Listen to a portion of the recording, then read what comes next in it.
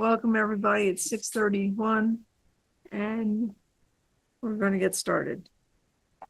Are there any agenda additions or changes?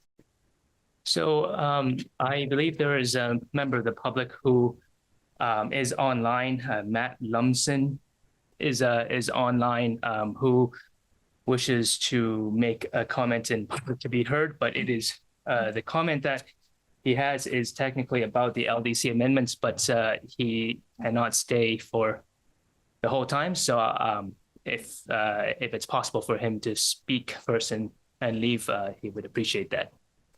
Well, we can try that as soon as we get to the, are we finished with agenda changes? And vote? In other words, we ask him to start. Welcome, Matt. You can chat with us. So they are muted right now. Well, he'll need to unmute himself, or we can unmute him. Yeah, there we go. Can you hear us now? So I know the sound is coming through Zoom, but it does not seem to be coming through Town Meeting TV at this moment. Just one moment. Let's troubleshoot this.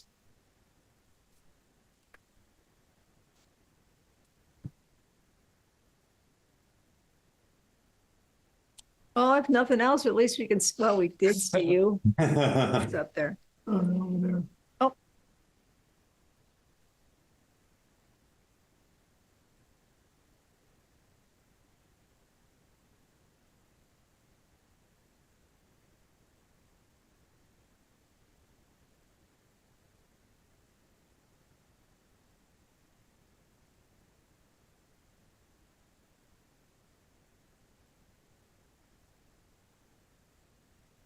Just bear with us here. We will sort this out as soon as we can. That's fine. Thank you.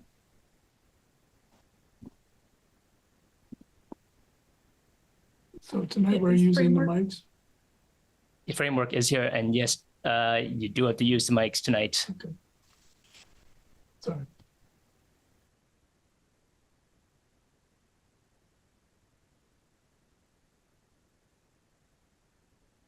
Oh, you minimized them. No, you didn't. But yeah, there, if you get that, yeah. that should show the enlarge them. There we go. Matt, can you say something again? Let's see if we can hear you. Yes, happy Thursday. Very well. Well, I'm hearing it through my laptop with the volume just on a little bit, but it's not coming through the TV for some reason. Oh, okay, this is your default. Try again, Matt. Hi, how are you today? All right. Oh, it's getting there. Yeah. Yeah. Here we go. Happy Thursday. Thank you. What would you like to talk about? Well, the first thing, my name is Matt Lumsden, and this is my wife, Erica Lumsden, and we own Matt Lumsden Real Estate here in Essex Junction. First of all, we'd like to thank you for the work that you do, and thank you for the opportunity to let us come in early and have a conversation with you. It's our father lives with us, so we need to get home to get him to bed, and we really appreciate the time. One thing that we'd like to discuss regarding this, the sandwich boards, we've seen some of the conversation about the rules and regulations of what might be happening, and we just wanted to just bring up a few concerns. First, we're a type of business that is unlike a lot of other businesses that are in Essex Junction. Our businesses are not set hours. In fact, we've had online since we started. We've been doing this 22 years and have been a member of the Essex Junction business community for almost 6. As realtors, our business is a little bit different relative to the time frames that we actually show property and that we're available. Like I said, we've advertised on our business that we're open 24 hours a day, and oftentimes our business, people are calling us on the West Coast to either list property from their family members here or property that they own when it's 11 o'clock our time. And as a small mom and pop shop, we continue to answer the phone at that time of night. It's one of the things that we pride ourselves in and the other agents that work with us. So with that being said, we understand some of the dimensions of the feet and certain dimensions of where the sign placement can be made. And we also understand the empathy of the aesthetics of the community and not having signboards all over the place. Our signboards are pretty much, they're signboards that are, if you've driven by the junction, you've seen them. We typically don't advertise anything on the signboard other than just funny puns and jokes. And we'd like to be able to continue to do so. We've rarely, I think maybe once or twice, advertised a property that we've had for sale. So with that being said, it's kind of a sandwich board for people to smile and to appreciate. So with that being said, our business is not 9 to 5. Our business is quite often 11 o'clock at night writing contracts in this office that we're in now, and even getting up early and writing contracts and showing property. So we would hope that the board would take in consideration that our signboard isn't as easy to take in and out. It's not a fixed structure. It's sits outside. It's actually 18 feet from the curb. I think the understanding is that it needs to be 20 feet. We'd be happy to move it, but I don't think that's as important to us as having to take it in and take it out every night. We're here working when it's dark. And so we just wanted to let the board know that that was a concern of ours, and we appreciate the time to be able to speak with you. Well, my question for you, Matt, is you've got a 24-hour, 7-day-a-week business. Do you have a notation that people would know that you're open 24/7? On the website and on Google. Yeah, we've had it on our website at Matt Lumsden Real Estate since the day we opened up our doors. We've always been available for 24 hours a day. And we also have a sign in our office, a small little neon sign that says open, that we've had on since the day we opened our doors. Okay. I mean, because I believe our regulation said something to the effect of having it open, having the sign out while you were open. But if you're open all the time, and it's known quantity that you're open all the time, it would seem to make sense that you would be allowed to have your sign out there while you're open. And Thank that's you. what the regulation is, if I remember correctly. So, but it's nice to hear. Did you have any other concerns about the sandwich boards? No, we don't. We appreciate the conversation about it. We do see a number of sandwich boards going up in the junction, and we appreciate the aesthetics that the board is trying to make better. So we really appreciate the work that you do. I appreciate your puns. It's fun to come up the hill and see them. Thank you. Any other questions or comments from the commission? Well, hey, thank you for coming and expressing your opinion on this, and we'll see where we can go with it. Thank you, and thank you for letting us speak early. We really appreciate you. Well, thank you very much. Have a good evening. Great evening. Hey, you too. Bye-bye.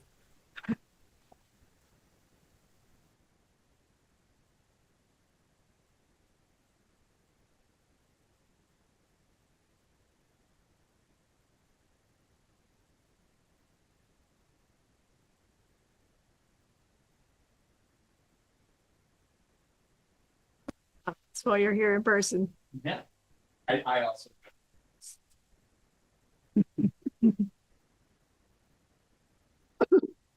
I will say that in years past, there used to be, I believe the bank that's nearby used to have a time and temperature. I kind of miss that. It was nice when you came up there, you could know how much more time you had to make it to the school. It's been down for a while. I guess next it would be minutes, since we don't have anyone else You That was- may want to see if anybody online has any want to speak with public to be heard. Well, if you could ask, because my computer is not connecting. Yeah, so if anybody online has comments for items not on the agenda, please unmute yourself.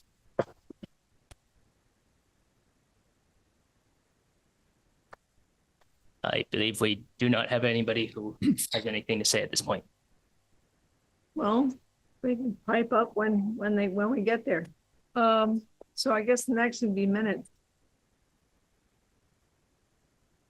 When I read them, they looked fine. Anybody have any other comments? I move we approve the minutes. Okay, is there a second? Second. Okay, I thought we any, had to do that before we discussed. we do. Any further discussion? All right, all those in favor say aye.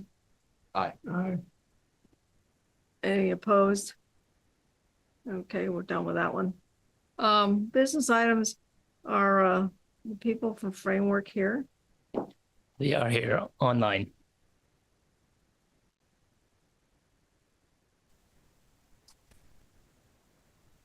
Hello.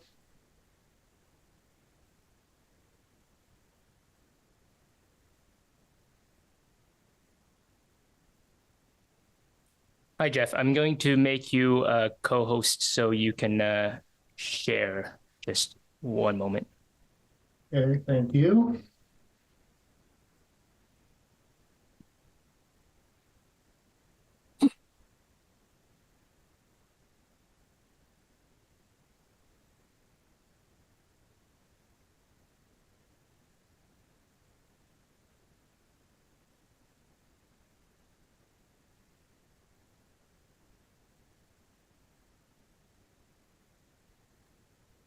Should now be a co-host. Great, thank you.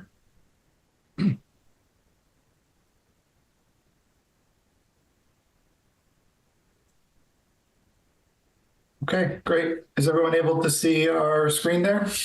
Yep. Okay. Fantastic. Then we'll just launch into it. Good evening, commissioners and members of the public. Jeff Arango with Framework. And we've been working with the community on the TOD master plan and are here tonight to present the outcomes of the design charrette that we had in October. And thank you to all of those folks that participated. It was very successful and really enjoyed all the connections that we made and input we received during that process. Keep in mind that the presentation tonight is largely consistent with what we presented at the end of the charrette. So it still just reflects the 3 or 4 days of work. We are starting to work on some of the next deliverables, but have not made any updates. So again, it does reflect that design charrette back in October. So our agenda tonight will give just a quick project background for those that may be attending the meeting and new, go over the design charrette and then talk about the vision and big ideas that came out of the charrette and the next steps. And then of course, we'd be happy to answer any questions or any feedback that you may have. I should also mention I'm joined by Hope Freegee and Sarah Lukens also from our team, and they were in Essex as well to participate in the charrette. So that's the team. Leslie, one of the other principals of Framework, was also there. She's not here with us this evening, but Sarah and Hope are and will help me with the presentation. I think it was their, well, not for Leslie, but I think maybe for Sarah and Hope, their first time to Vermont. And everyone had a fantastic time and enjoyed, again, getting to know the community in more holistic manner. So the project background, this is TOD master plan, which is refers to transit-oriented development, which is really about aligning land use and transportation to create areas that are walkable and can be served by transit. This is funded through a federal grant called Rebuilding American Infrastructure with Sustainability and Equity, or RAISE. And there's 10 communities in Northwest Vermont that are moving forward with these plans. We've been working with the Chittenden Washington County Regional Planning Commission and their staff, and they've been great in terms of guiding us in the process. So we appreciate their partnership. And for those wondering what TOD is, there's a definition in the bottom. And again, it's about creating walkable areas where you can walk to work or school or access a shop or service or a park, all within close proximity to where you may live or work. It's typically defined by mixed-use development that is near transit. In this case, we have one of the major bus routes in the state and in the region running along Route 15 and also down to Williston. So our study area is really the Five Corners, the Park Street corridor towards Williston, and then the Pearl Street corridor. So those are our focus areas. We recognize that the Five Corners has been subject to many projects and plans and studies, a little bit less so along the Pearl Street corridors. We want to make sure we're giving that area its due and its attention. And then in the hatched lines here, dotted lines are our secondary study areas where we are sort of looking at land use and code development in that area, but to a lesser degree. The focus is really on the area in the blue outlined, dark blue outline.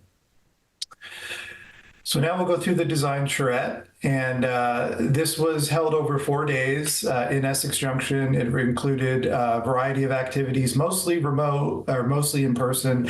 We did attempt to provide a remote option for both of the presentations. I think the opening one, went okay. The closing one, not so well. So that's why we're looking forward to having this recorded so that folks can access that as well. And if we do have other opportunities in the future, I think we can improve on our hybrid approach to that. We interfaced with many different folks, starting with the homecoming game, which was a big victory for the Hornets, which was exciting. We did a number of site tours in and around the study area. Some were focused more on Five Corners, other along the Pearl Street corridor, and had many folks participating in that. The first night was our kickoff presentation at the CVE, and big thanks to the CVE for providing the facilities and some of the equipment that we used for the charrette. It was a perfect setup for the activities. And then we had a closing night presentation where we presented this same presentation. And then in between, our charrette team was working in the studio, and folks were able to come by and interface with us, ask questions, see some of the progress. So the homecoming game, we were there doing tabling. We had a map asking folks about things they'd like to preserve, things they'd like to change within the community, and we're populating that with sticky notes. We had some candy we were giving out, which worked well to attract folks to our table. So we got a lot of input, and we have that summarized in more detail within the charrette summary document, which has undergone a review by city staff. We had a few updates to make, and then I don't think it's posted on the website yet, but we'll be releasing that here soon. So there'll be a written version of this summary. We gave an online opening presentation where we went over the basics of the charrette, and then we did some live polling, and I'll show you the responses for that. So we asked folks questions, and they were able to answer on their cell phone. The bigger, darker words indicate more responses that were received multiple times. So the top response was walkable, which is in line with our goals for the project. You know, other key topics are housing, particularly affordable housing, more public space and improved public space, safer facilities for biking and walking in the community, traffic calming, you know, more crosswalks, those types of things. We kind of heard throughout the charrette. What are some of the challenges in the area? What are things that we might want to change or kind of correct through this process? Money was the top answer, not totally clear on what the intention was there, but NIMBYs, developers, the impacts, of course, of cars and regional traffic, you know, looking at desirability around the redevelopment of some of the aging strip malls, and some of the opportunities that those present were some of the top responses. In terms of specifics of what folks said they'd like to change in the study area, we asked another question that came up in sort of speech bubbles.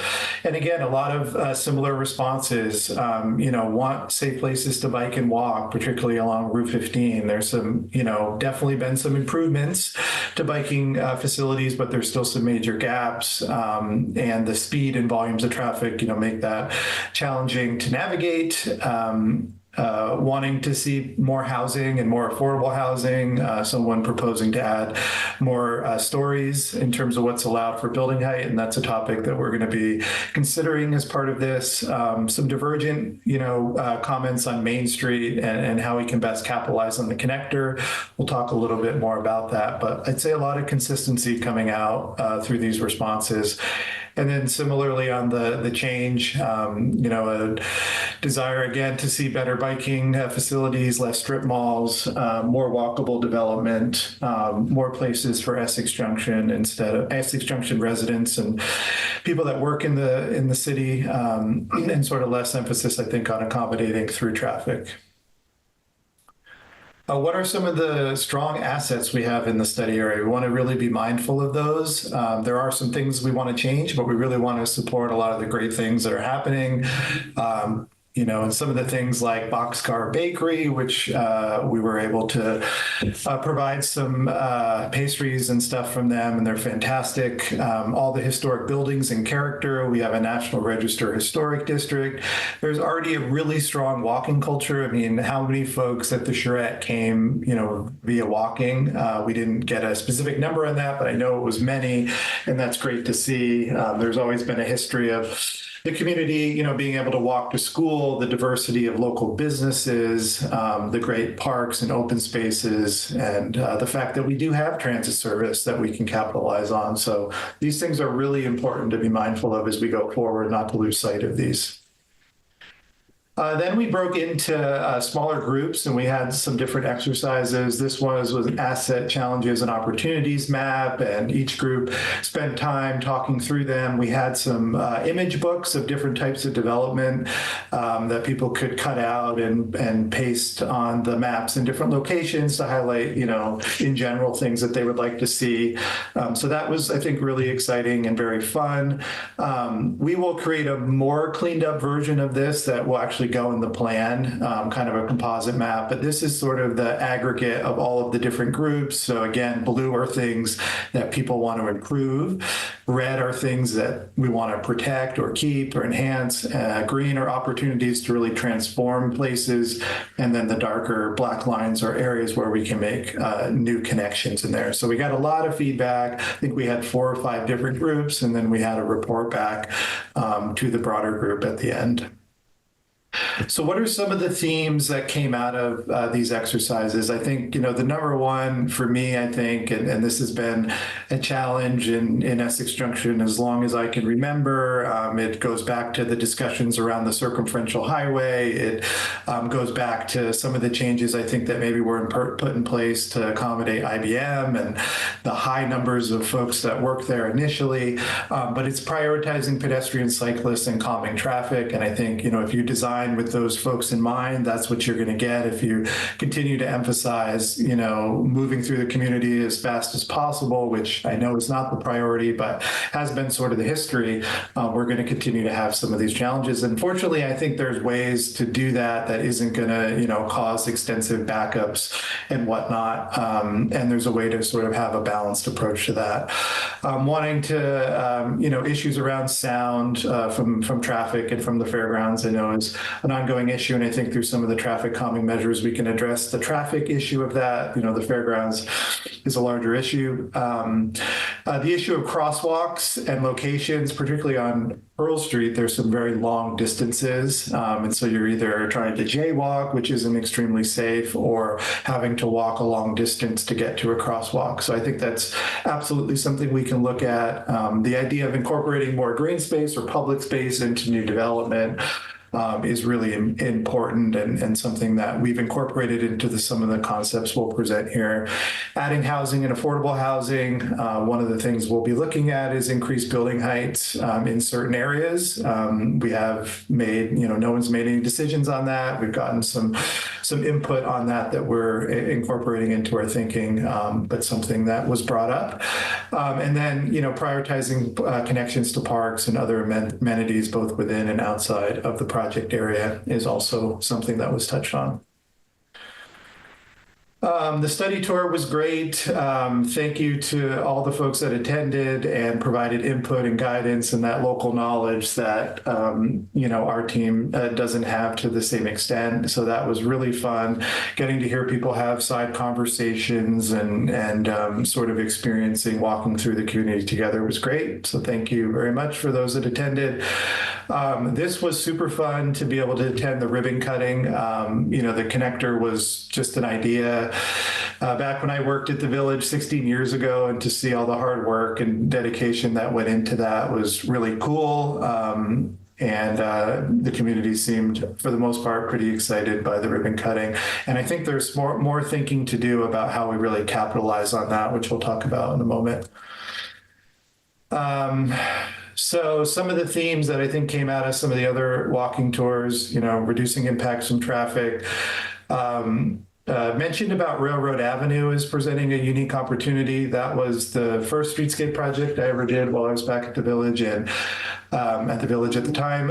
It is one of the nicest intact kind of historical streets. It also doesn't provide a lot of through for vehicles. And so there seemed to be a little bit of a renewed focus from this group about maybe looking at Railroad Avenue in addition to some of the opportunities around Main Street and whether that could be closed. Capitalizing on the connector, we'll talk about that, more crosswalks, public space, focus on community needs, Essex Junction for Essex Junction, not the regional traffic demands. And looking at how to deal with right-of-way constraints and making bike facilities kind of work within that. And we have some ideas for how we could do that. All right, so now into the vision and the big ideas, and we'll go through each of these ideas. And I think the first one is what I've talked about a lot already, is prioritizing people over vehicles. And again, I think there's a balance point. We can do that. Capitalizing on the connector to make more people space. We have some different options for how we can do that. How do we add activity and amenities with new development? How does that redevelopment occur to add, things that people would like to see in the community? Adding more housing thoughtfully so it's well designed and becomes an asset. More connections, making some of the assets shine, and then this last theme around Essex Junction for Essex Junction. And these are all in draft form. This doesn't mean this is exactly what's going to go into the plan. So we're still very interested in receiving feedback and guidance. So the one is prioritizing people walking, rolling, and enjoying the junction.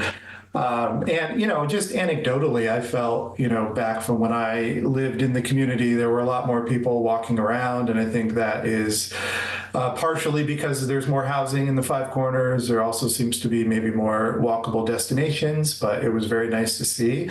So looking at ways that we can road diet traffic, I think particularly along along Pearl Street in certain segments, but also there's some opportunities to capitalize on the connector and do some additional road dieting, and sort of looking at how we can reallocate right-of-way space.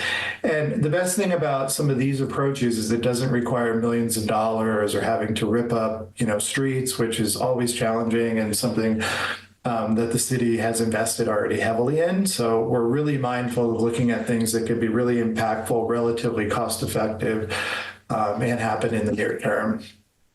So we started to look closely at the Pearl Street sections here under Idea 1, and I will turn it over to Hope to talk through these. Thanks, Jeff.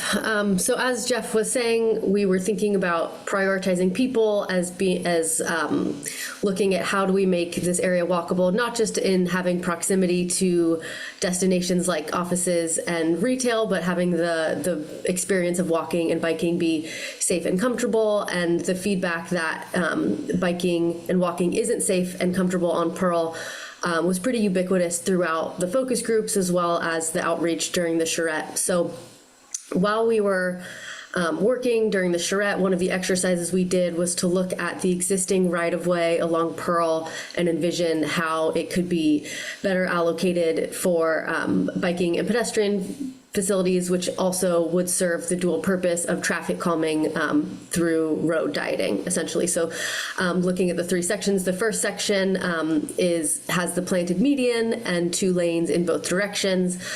This looks at a temporary intervention whereby one of the lanes would be closed down and used as a bike lane. That could be a 2-way bike lane. It could also be a shared use path. There's lots of ways to do it, but the point is to show that using, plastic bollards, and you could also use planters. There's lots of ways to do this. You could, without a lot of resources or time, improve biking conditions by filling in that gap that exists right now in the bike facilities from the shared use path, the Colchester shared use path, and between where the bike lane starts on Pearl.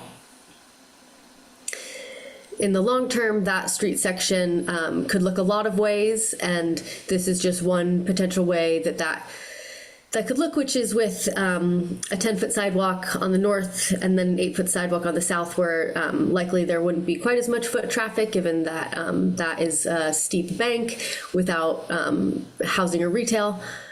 This could look like separated bike lanes, so separated by a planter from the road, so giving them some distance from cars, a planted buffer that's also adding trees and greenery along the street, and then the planted median the planted buffer could alternate with a bus turnout. There are pros and cons to a bus turnout, and this might not be what the final iteration looks like, but that's one strategy that you can use to so that car traffic isn't held up by buses that are making stops along Pearl. Section 2 is between the 2 shopping centers. There's one section that has a bike lane, and then there's one part of that chunk that does not have a bike lane, but overall about a 70-foot right-of-way. And part of that section does not have a bike lane, but even where there is a bike lane, what we've heard is that it's not wide enough, it's not buffered enough from fast traffic moving along Pearl, and so a lot of people feel that it's not a viable option for them. Even experienced bike riders tell us that they avoid biking on Pearl, or they do it but don't feel safe.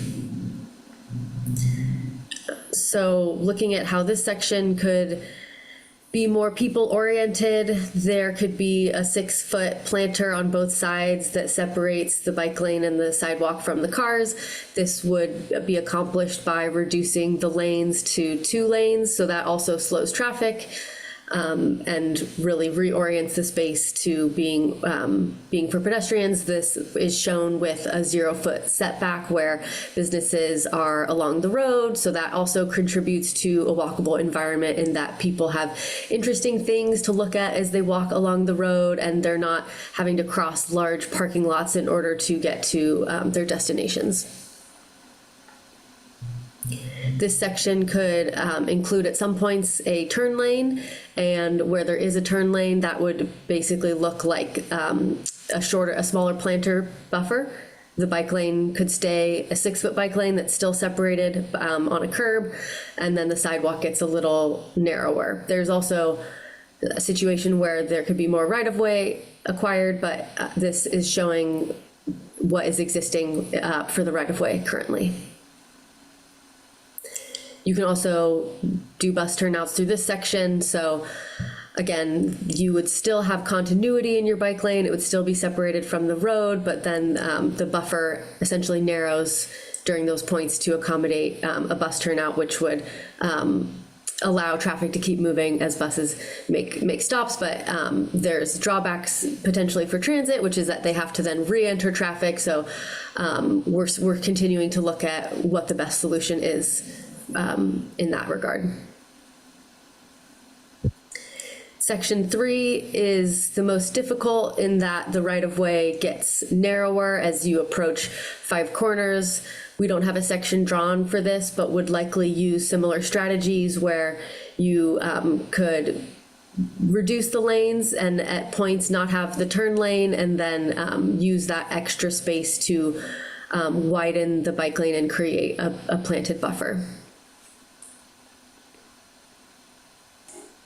Okay. I think that's the last one there. I'll turn it to Sarah in a second to talk about the next idea. I just wanted to just point out a couple of things. And like for, let me go back. Sorry, just one second. You know, I think this section in here is a really kind of critical one because we're trying to think both short-term and long-term as the shopping centers might either have some infill development or redevelopment. And when you look at how it's sort of organized here, it's all organized around turning movements or through movements. The next block closer to Five Corners has a center turn lane. But the shopping centers have a light, right? And also have multiple curb cuts. So if we can sort of channelize where we want the turning movements to be and rely more on the signals, then I think we can reduce some of the opportunities for turning movements and maybe de-emphasize individual curb cuts over time, which would allow us to make this a bit more walkable. And I think that the priorities just need to really kind of shift a little bit, but I don't think it will really have a huge impact in terms of access to local businesses or through movements, understanding there'd be some additional traffic analysis that would have to happen. I think that's it. Now, Sarah, go ahead.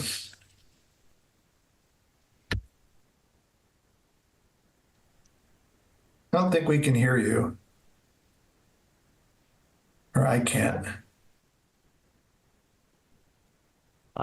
We can't either. Okay. You can. Sorry about You can.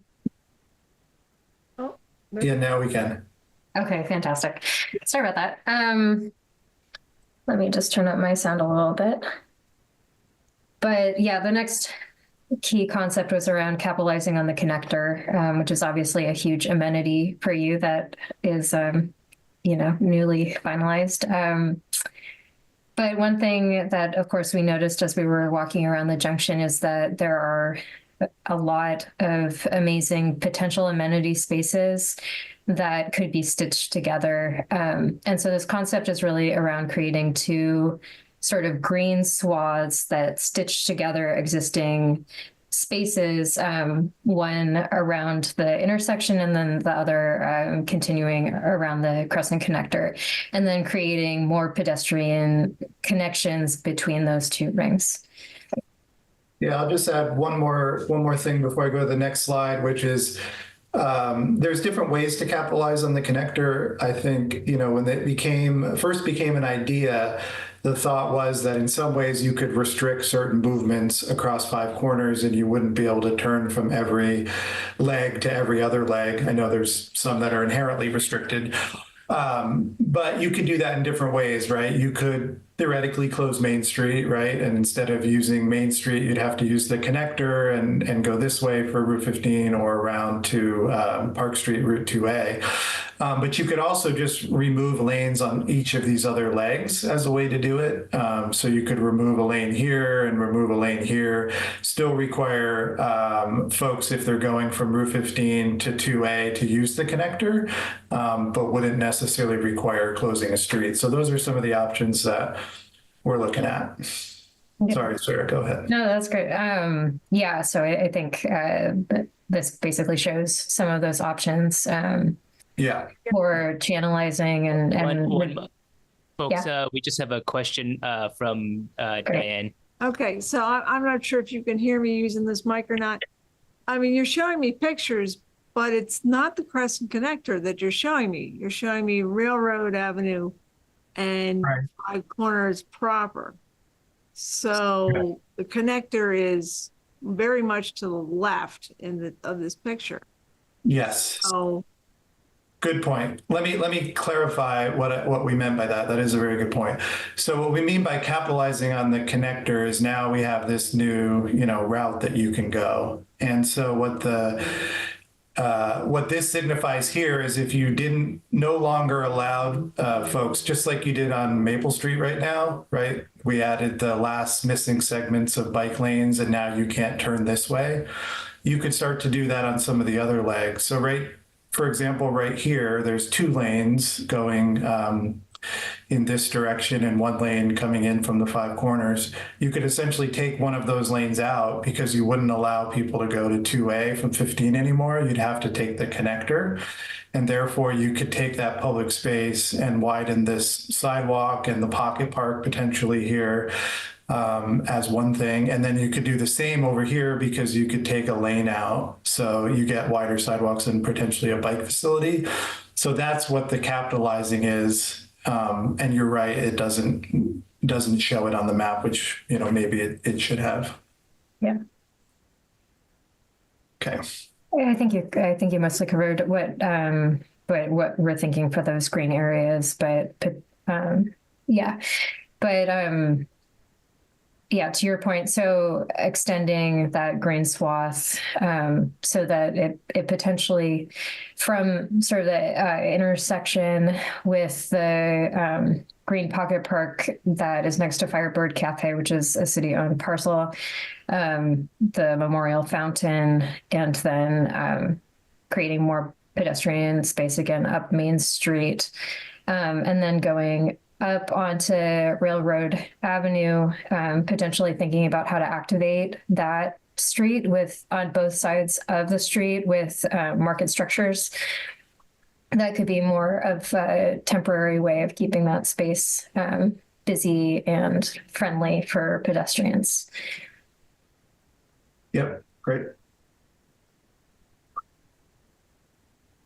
And this just shows it in a little bit more detail. One of the things we're looking at is maybe a crosswalk here, potentially eliminating this slip lane and trying to activate that maybe with food trucks or other activities, which could help make the Veterans Park, which is, very nice space, but I don't think it's, utilized as much because it's a little bit disconnected. And then having another mid-block crossing to get you over to the Civic campus could be really nice sort of amenity and kind of help to tie this area all together. Yeah, and the other thing I think to focus on is that a lot of these ideas are temporary interventions, or at least more like pilot interventions. So they're lower investment, and we get to test to see if they work before committing to some sort of longer term investment. And then this one just shows in more detail on Park Street. And here right now, there's 4 lanes, right? So it's kind of the most impacted. And this has never really been a super nice, comfortable area to walk. It does have newer sidewalk and lighting from the 5 Corners Streetscape project. But, if we could widen this sidewalk and add a bike lane or something, along this stretch could really help potential infill development that happens here and just give it kind of that more of that village feel instead of having, most of the right of way used for vehicles. And again, restricting those turning movements would allow that to happen. Yep. And then I touched on this, but thinking about maybe some potential market shed buildings that could be activated by temporary vendors or could be used for events throughout the year. Yep. And this is just a rendering of some of sort of that concept coming to life, thinking about this green space having sort of these nodes at different. I think you hit. I don't know why it keeps turning on and off, but that was wild. But yeah, so thinking about these different nodes around the intersection where pedestrians could kind of spend a little time and slow down, especially when and then having those kind of be responding to amenities around the junction as well. Yeah, and the idea here is that this first floor would all be activated with retail. This is just a simple massing model that was done at the Charrette, but we'll do something more illustrative for the plan that looks at some options here. But We've got a question over here from a planning commissioner. Please go ahead. Hi, guys. This is Scott. So I'm looking at this diagram. I'm trying to figure out, so Maple Street's on the right. Is that right? On my right? This is Maple Street here, yep. Yep, and then Main Street's in between the Pocket Park and, Yeah, and Main Street's had a lane taken out, so it's just 2 lanes like the rest of Main Street, and then this is all where the former travel lane was. So they So- give the, my question is, there's Yeah. no parking on Main Street then? not on this side of the street in this one. I think they're intended to keep it up here, but that would certainly be an option too. Yeah, I mean, you know, we could have a little bit narrower sidewalk and add parking. We could make a more intentional bike facility there. I don't know exactly what the answer is in terms of the best use of the space, but certainly we could accommodate parking if that was a higher priority. But there is none shown here. One of my pet peeves is the angle parking on the Yeah. Martone side of the street. Yeah. Especially as you get closer to the intersection, it's impossible sometimes to get around it. Yeah, And, you know, I wonder if you've looked at the possibility of just having people park on Railroad who use that portion of Main Street. You know, in other words, walk around the corner. yeah, absolutely. I know that has always been kind of controversial, that angled parking.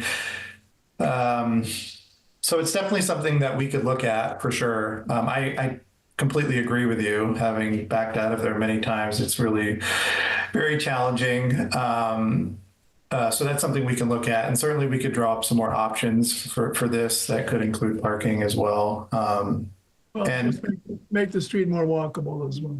Yeah. Mhm. Yeah, we could convert the angle parking that's in front of Martone's to parallel parking potentially too, if we thought that made more sense. But yeah, good question.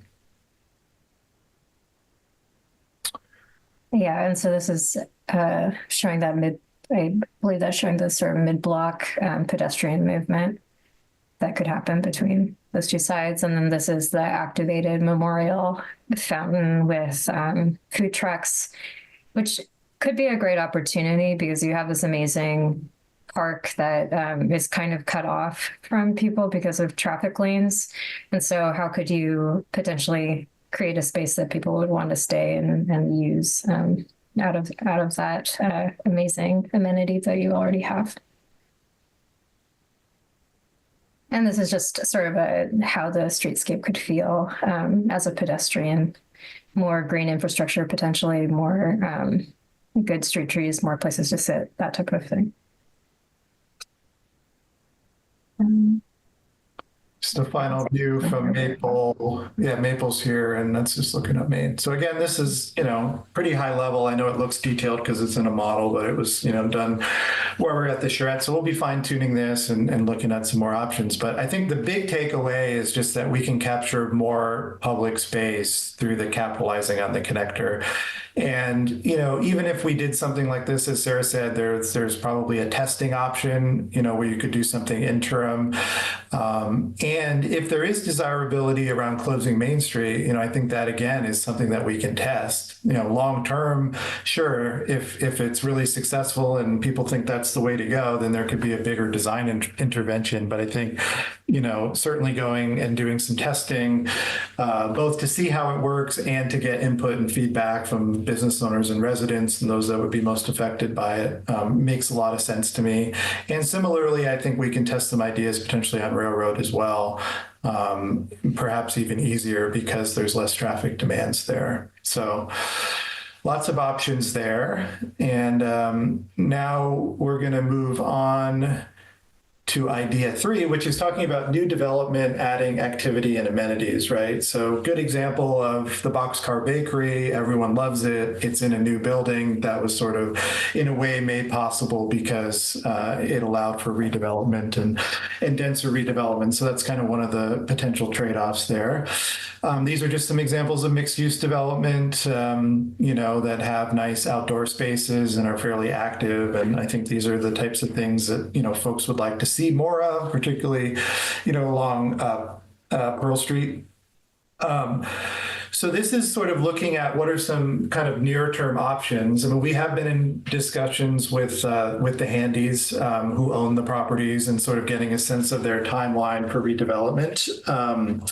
And I think there's some other priorities, for them that probably come earlier than this. And, they always have the issue with existing leaseholders and things like that. And I think there is some flux around big lots as well. So one of the things that we've talked about is, could you put in some liner buildings along the frontage there along Pearl Street to give it more of that kind of urban, more walkable feel? And that could be done in a variety of ways. It could be done simple buildings, one-story buildings that could either be very temporary, like the photo you see here. This was a city out in the Seattle area who had a public space downtown and wanted to activate it. And so they put in these kind of temporary structures with small local businesses. That could be one way to go, or it could be something that's more long-term and fits into the development plan as that moves forward. So it could kind of create more of that street presence and kind of change the look and feel there. There seemed to be some openness potentially to this. My sense is there's enough parking. This would take away some parking, but I think there's opportunities to utilize some of the other parking areas within this parking lot more effectively. So this could be really impactful in the near term. If it moved forward. Looking long term, there's obviously a big opportunity for redevelopment. And, I think this is one of the areas we want to consider potentially a 6-story building height potentially. It was in place, I believe, years ago, and the code was updated. And I think there's an opportunity to sort of focus those heights maybe in the deeper parts of the site. So maybe there's a shorter building or series of buildings that front on Pearl Street, and the height is sort of more to the rear. This is looking at sort of integrating public plaza space, both the north-south and east-west through these sites. These would be sort of larger mixed-use buildings framed around green and open space. And then you have sort of more of an urban block kind of configuration here coming around the edges, understanding there's some grading and stuff we would have to figure out. There's been some plans to put some, I believe, senior housing there on the hillside, the green hillside there. In the back. And then this would have, I think, potential nice kind of green edge along the railroad tracks and potential to integrate a trail there. There could be some opportunities to have some connections across properties here in the back. Would require some coordination. But again, back to Hope's presentation piece on the streetscape stuff, we don't want individual curb cuts every 2 feet where we're having to provide through turn movements and turn pockets and things like that. It really starts to eat into the space that you have for pedestrians and bicyclists. Over on the other side of the shopping centers up by the CVE, looking at, again, some mixed-use redevelopment concepts, maybe some opportunities for some green space and parking towards the back. Could be a nice amenity, provide more housing and affordable housing. And then just like we proposed here, there could be a lower section here along the street, and then the taller buildings, back further away. So it's sort of less visually impactful. So if you have input on sort of desirable building heights, we'd love to hear from you about that. And then this is just an example from a project that Framework was involved in years ago, or Leslie was involved years ago, called the Belroy, and it just shows how you can kind of mix building heights together in a nice way. I think this was next to a lower density neighborhood, so it got the lower height and then this taller, skinny height there. And so I think looking at ways to thoughtfully add housing so it blends in and addresses the affordability challenges is going to be really important. And, this is a much more urban example of it, but just showing how a lower, kind of more retail focused building edge can be used in concert with a taller building height further back from the street. And then this is a small example of an upper level step back, where you can require step backs above a certain level to minimize the bulk and scale. And then this looks at making more connections. So, could we have some connections around the backside along the railroad tracks of these properties, which could create sort of more of a regular street grid? The lack of depth that we have on both sides and the lack of connections is really, makes this area kind of challenging. Certainly, we can introduce more connections within the redevelopment of the shopping centers, but it becomes, more problematic on smaller sites where there's sort of less potential for connections.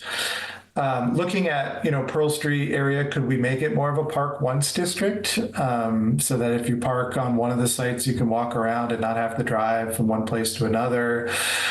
Is there some shared parking we could look at? I mean, one idea we thought of, if, the CVE is underutilized, could, employees park on the CVE or something like that? Or is there an underutilized part of a parking lot that could be used for employee parking to free up customer parking in other areas, particularly if we're reducing parking through some of the infill strategies? So better connections in that area, challenging, but something that's important. And then idea 6, I'll turn over to Hope to talk through this one. All right, question before you move on. Please, go ahead. Two questions. One is, if you go back to idea 3, it's a couple slides before. Yeah, right there. Nope, next one. Next slide. Nope, sorry, go the other way.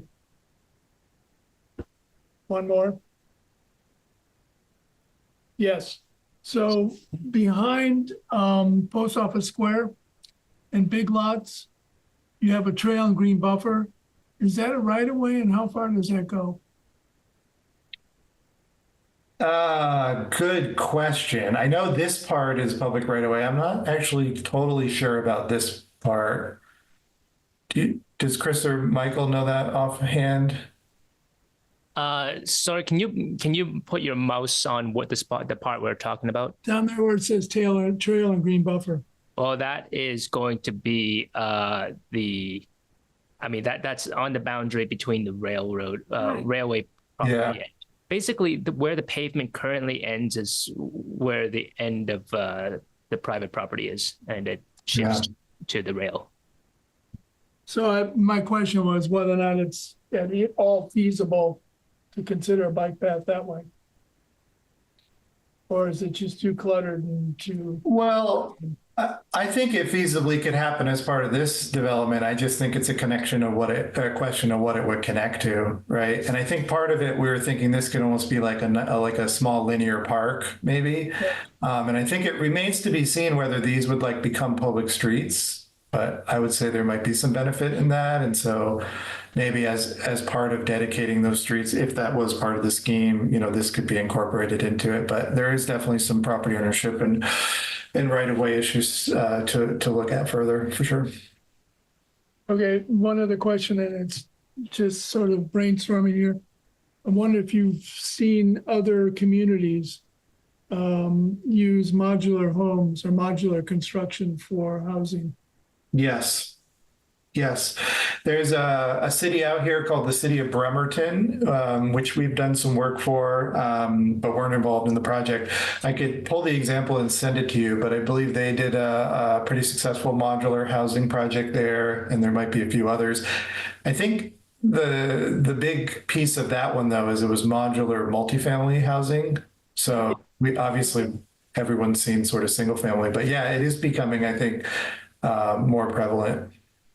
Yeah, we're talking about another venue about whether or not it would be more cost effective and affordable. Right. Yeah. Okay. Yeah. No, I think that's wise. Okay. Thank you. Yeah. Thank you. So while we're there, okay, so you're essentially proposing that Post Office Square get taken down and put up with these L buildings on one side with, I'm not seeing a whole lot of vegetation, which has been a real driver for a lot of people in the city, is to have more vegetation on the public right-of-ways. It's nice that you put the open space with some green behind a 6-story building. So there's parking, and we got to make some assumptions that is instead of the strip mall. Yes. Right behind that is the fairgrounds. Isn't it the other side? On the other side. On the other side, yeah. Well, yeah, I know the trail and green buffer are right next to the railroad. Yeah. So, And Roscoe Court doesn't exist anymore. It used to cross the railroad where it says trail. But Kinney Drugs is now there. And that's slot right there. Yeah, Kinney Drugs is there. So, we have to overcome the restriction of 6 stories. I'd like to hear your argument on that one.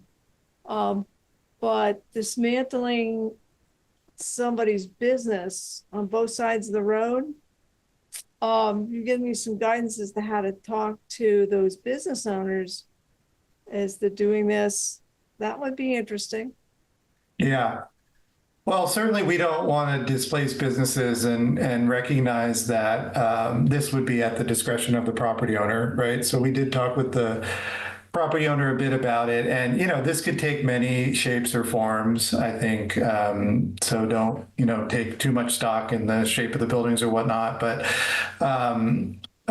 we did try to incorporate some green space here, but in our more detailed concepts that we'll do for the plan, we absolutely want to emphasize that more. And I think the idea, at least in my mind, is that those businesses would be accommodated in a redevelopment.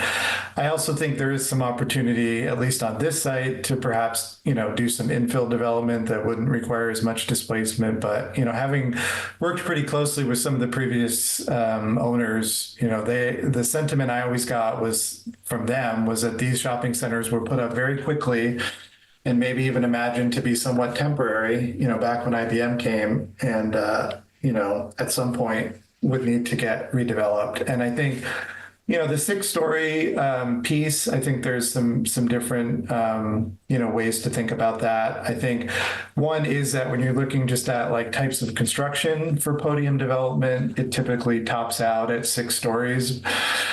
You can go maybe a little bit higher, but once you get above 8 stories, you're getting into tower construction, which is not something that would be appropriate in the community or desired, and a very expensive construction type. So when you start talking about mid-rise buildings and you cap it at 4 stories, you're still having, if it's a podium, a first floor of concrete, which is more expensive. And then if you allow, say, the 5th and 6th stories, that can be sometimes what makes the project feasible. Because some of those upper stories get cheaper the more that you add. So that's a positive. On the downside, if you're not in favor of taller buildings or feel like aesthetically that's maybe in contrast with what the Essex Junction's all about, then there could be concerns about that. I do think there's ways to mitigate that, in terms of being prescriptive about where that could happen relative to right-of-ways and having design standards or development standards that start to mitigate it. So I think what you would hear from the development community is the 6 stories would give them more flexibility. Right now, with the 4-story cap, they can go to 5 stories already with an affordable housing addition. And sometimes when you combine a modest affordable housing and some of the tax credits that are available, it can become even more feasible than just a market project. So I think those are some of the pros and cons that I would look forward as we try to make a decision on this going forward. Do you hear discussion on the 6 stories at all in the engagement?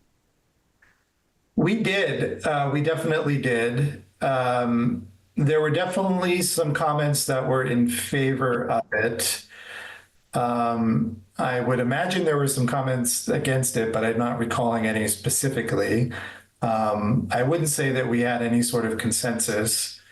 The development and property owners that we talked with were all in favor of it, I would say, for the most part. So that's kind of what I remember in terms of feedback. And I think as we go forward and start to put forth concepts where we're getting direct feedback, we can make sure to highlight that as something that we'd like people to weigh in on. If I could just throw another caveat out there, I think it's a caveat. The housing needs assessment that was done for the town of Essex and the village is relatively old. So I stand to be corrected, but I don't think we've had an update on any kind of housing needs assessment for Essex Junction in the last couple of years. So do we need to take into consideration what the demand is for housing, or we just assume that it's going to be filled? So I can say from just from my department's work, the state has been working on a statewide housing needs assessment, and the state has also been prescribing housing targets to each regional planning commission and having them municipalize that target. A methodology on how that is spread among Chittenden County municipalities is still being worked out right now, but the evidence continues to suggest that the shortage continues to be acute, and it is unlikely that I don't see a situation in which this would not be filled, and it is possible that in order to comply with the housing targets, this may need to be adjusted further.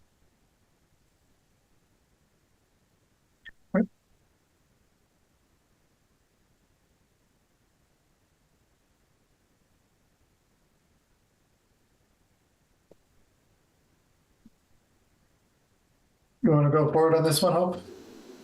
Sure. So our sixth kind of big vision concept was to make the assets shine. One of the things we heard a lot was that people love the historic character of the Junction and want to see that preserved, and there's ways to emphasize it by, you know, creating quality open space or, you know, quality public space that enhances these buildings. There's room for adding personality and character through public art and murals. That was another thing people talked about, was that they'd like to see more ways of expression, more of the culture of Essex Junction on display. So thinking about how do we take, you know, the bones of Essex Junction, the historic architecture and the things that people love about it, and make them shine. Another one was the CVE, this asset to the community, but also one that people describe as underutilized. You know, it holds several events a year, but there's also room for better daily use of the site. And so thinking about opportunities to utilize that site more, make it kind of more legible for pedestrians, maybe adding connections through the CVE. This isn't directly in our project area, but something that we wanted to relay from what we heard. Here's a rendering of what it would look like to put murals on the firehouse. So thinking about ways to utilize public buildings. It can often be easiest to start with public buildings and also empower business owners to do the same. And then people offered a lot of ideas for what a kind of better utilized CVE would look like, whether that would be adding housing or just having better pedestrian connections through, having food trucks for events. Even someone offered that it could be a wedding venue. There was an idea of shared parking, so employee parking. So just thinking about ways that space could be redesigned or reimagined or managed differently to function more fully throughout the year. Okay, the last one is Essex Junction for Essex Junction, and you know, I think it goes back to, you know, really emphasizing the needs of the community and less so on the regional traffic demands. It's been a constant theme. And I think, you know, Essex Junction becoming a city is a great time in the near term for us to kind of think about this. So we want to emphasize activities that are local community, things related to the arts and culture, dining, recreation. We had, you know, someone in our walking tour highlight that, you know, they feel like Essex Junction kind of needs to express its soul in a more meaningful way. And I think, you know, I certainly see some of that happening in particularly the Five Corners area with some of the new things that have happened there. But I think there's more opportunity to do it through this plan and through the implementation. And I think part of that is, again, transforming streets and public spaces to really serve the community's needs and business needs, and support more housing and amenities, make it a place that, you know, people really want to live, or continue to want to live or be attracted to move to in different ways. So really emphasizing that local piece. And if it, you know, takes someone 2 more minutes to cruise through the community, I think that's a trade-off that we'd be willing to accept. So now just quickly, next steps, we have the written charrette summary, which will be public soon. We're going to start working now on what we're kind of calling a framework of the plan, including the vision and big ideas, a kind of an overall plan diagram that highlights some of the key themes, and use that to get feedback from you and from others in the community before we start to really pull together the master plan. We will be developing code updates to implement the master plan once it's complete, and the plan itself will include a number of implementation strategies. And I think we're starting to think about maybe organizing the plan around a timeline. I think, you know, the city's done a number of really big capital projects just coming off of the connector.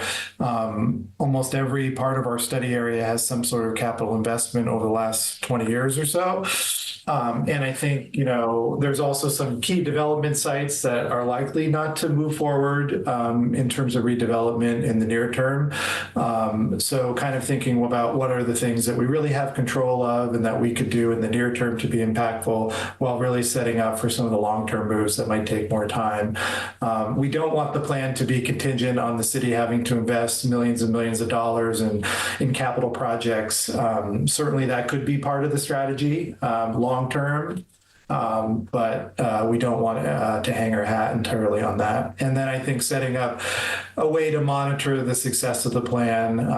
You know, how do we know if we're successful? How do we report to the community about that? How do we allocate resources in a variety of ways? And, you know, we don't want this to just be something that's hanging around, that's a beautiful plan, but, you know, isn't creating meaningful change for the community. So that's kind of where we're headed. And in terms of schedule, for November, we'll be incorporating feedback, developing some of the master plan concepts, working on some of our background development of a 3D model that we can use, and, you know, which will be a resource for the city long-term phasing plan. Having some input sessions in January. We're working on ways to get feedback online and in person. Presenting the master plan to the commission in February, and then we'll move into the code updates, which will bring us kind of to the spring and hopefully adoption at that point. So thank you very much. Be happy to turn it back over to the chair and answer any more questions or discussion that you may have. Anybody have any questions?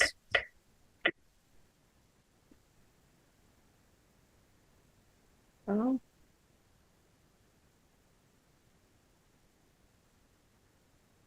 Oh, it looks like we're questioned out, Jeff. I guess we'll look forward to hearing what you had to tell us more about.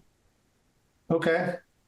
That sounds great. And, you know, feel free to reach out. We're accessible. If you have a question, you want to email us or meet with us, no problem. And we look forward to coming back in terms of next steps. Thanks again for all of the participation in the charrette and your questions and feedback so far. It's been really important. So thank you all. Well, thank you for the presentation. Yeah, our pleasure. You take care, and we'll be in touch very soon. Thank you. All right. Bye-bye.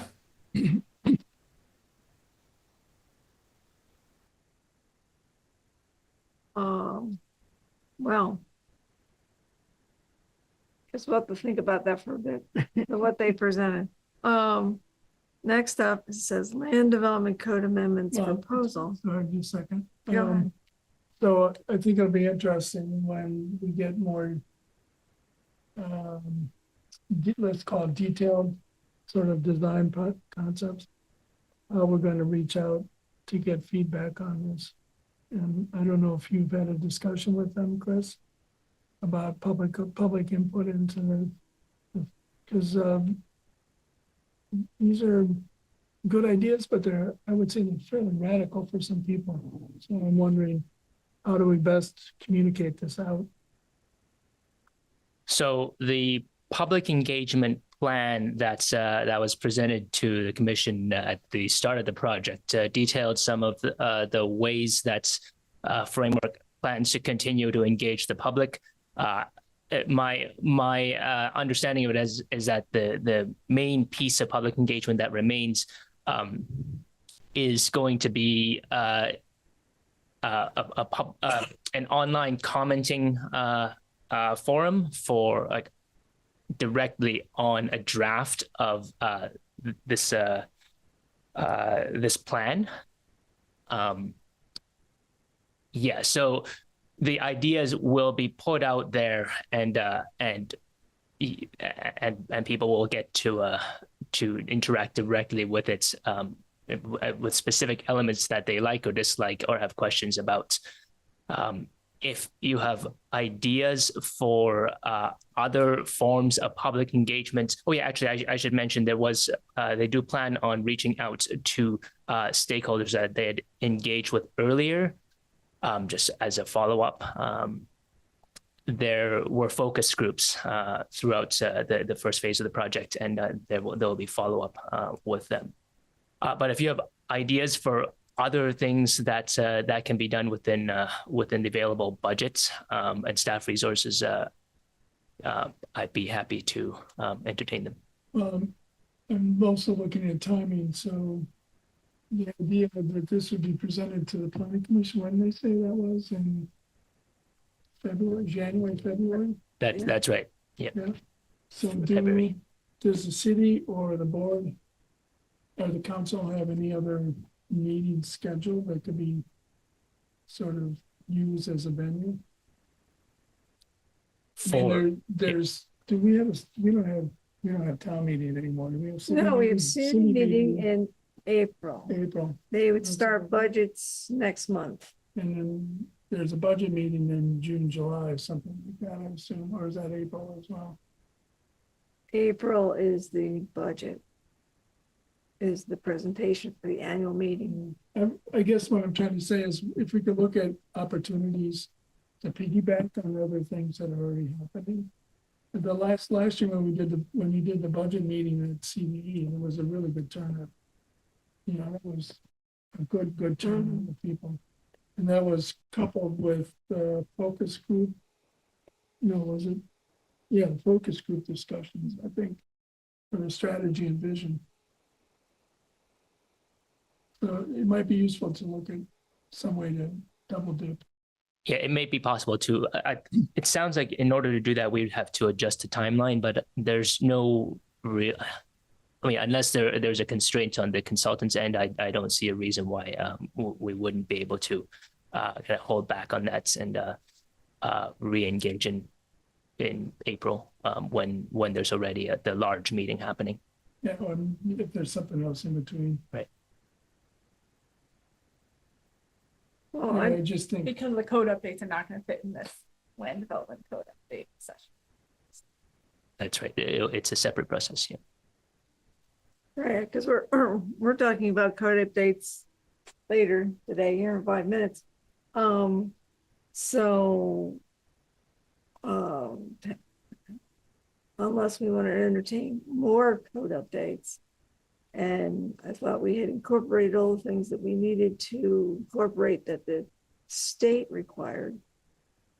But we'd have to go through another hearing process after this to do more code updates. Because we're already going to be starting the code, the hearing process for this. We have a hearing, then the city council has a hearing, and their timeline, we're talking more code updates, I think starts might start when the city council is starting to talk about it. But that wouldn't be us talking about it, that would be them, unless we're continuing to talk about it.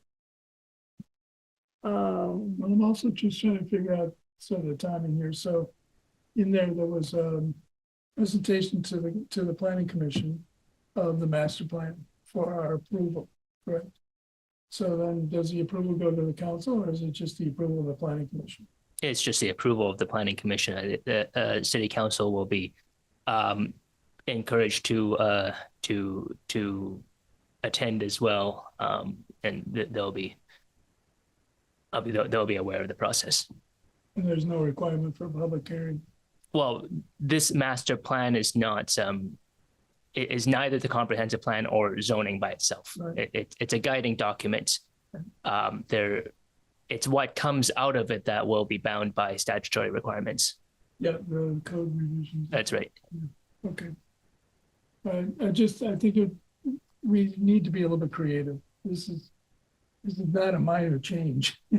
We're talking about fairly significant architectural and planning and construction differences, including lane changes along Pearl Street. So somehow I gotta figure out how to get public input. Just my opinion. No, I understand your opinion, and I'm tending to agree with you that it's, after all the years of being restricted to 4 stories and now having an imposed 5th story by the state. And And then adding another one. We used to have 20 years ago, we used to have 6 stories, but we don't anymore after there was petitioning to the village trustees at the time. So things change. I understand that. Well, I'm also sensitive to the people who have been vocal. Okay, I'd like to know how much conversations they had about green space and 6-story buildings, and changing others' business plans. I mean, we don't have any master plans on those mall strips on either side of Pearl Street. I mean, at this point, I think we only know of some buildings that are intended, but as I frequently go up and down Pearl Street, I know that one building, I understand, whereas there had been a proposal to put something 3-4 stories, is now going to be just remodeled and reestablished. So after they spent all the time doing that, I really doubt that unless they want to rip things up and go forward with a different plan. So I like to know how we're going to approach this, because I could see this backfiring on us. Okay, that after. Well, that's sort of my concern as well. I mean, there's two other little things, going from 4 lanes to 2 lanes on Pearl Street. You know, I think there'll be potential for public feedback on that. I think there's just specifically on that subject, Regina brought it up during the charrette, and you may know what this is, but just there may be things that we as a municipality can and can't do, or we have to be like in negotiation with. I don't know anything. But just, yeah, there may be, I don't know, in terms of how, whose jurisdiction supersedes our ability to alter number of lanes in certain major. Yeah. Be great if, in my opinion, but yeah, I'm not sure. Yeah, the other thing is, are they gonna, so they have this plan for Main Street, Maple Street, or the 5 corners, but Main Street, and taking away that, what do they call it, slip road, and making it pedestrian and making those parks more utilized. But are they gonna give us something for the potential of a design with Main Street closed or not? I don't believe that.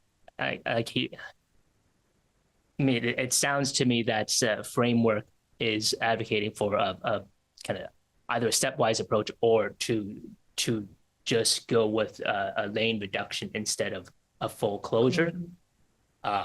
They see the full lane closure as more radical, but potentially more disruptive.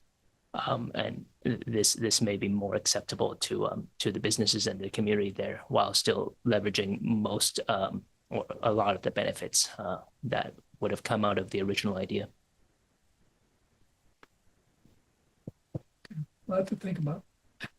Well, I'm thinking of the fact that they took memorial exhibit there of and removed all 8 or however many flags were all missing.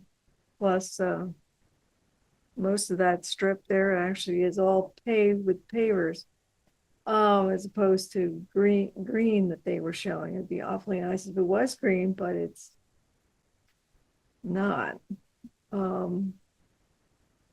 I know a lot of people put a lot of work into that memorial. So,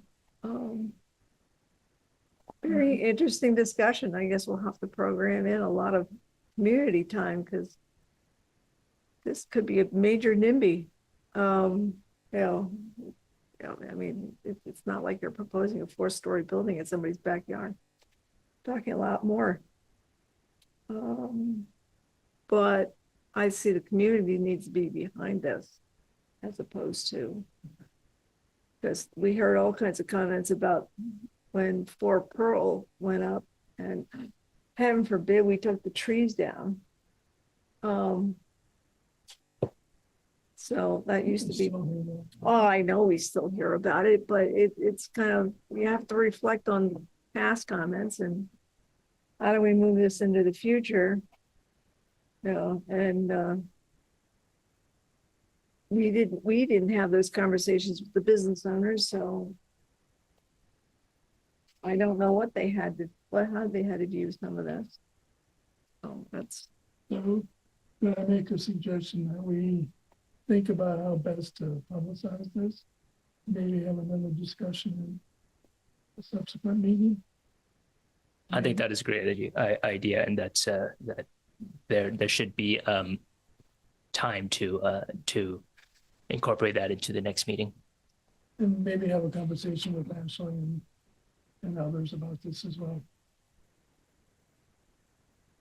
Well, maybe we should have Ashley at our next meeting. Well, that would be a good idea too. Yeah.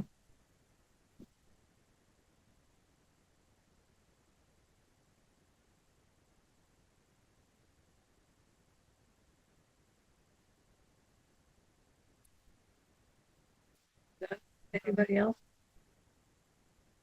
All right. Well then, we'll move on then. Diane, I Yeah. don't know if you want to, you may want to entertain any comments or questions from the public in person or online. Gentlemen, comments, questions? Would you mind sitting over here so that the mic captures your voice? I just have a question about like the 6-story proposal, just like I just saw on the post office square. So with the 6-story building, like behind like it's like they said, like a six-story high, like further away from the road, which is closer to the railroad. So, okay, so, but however, that side,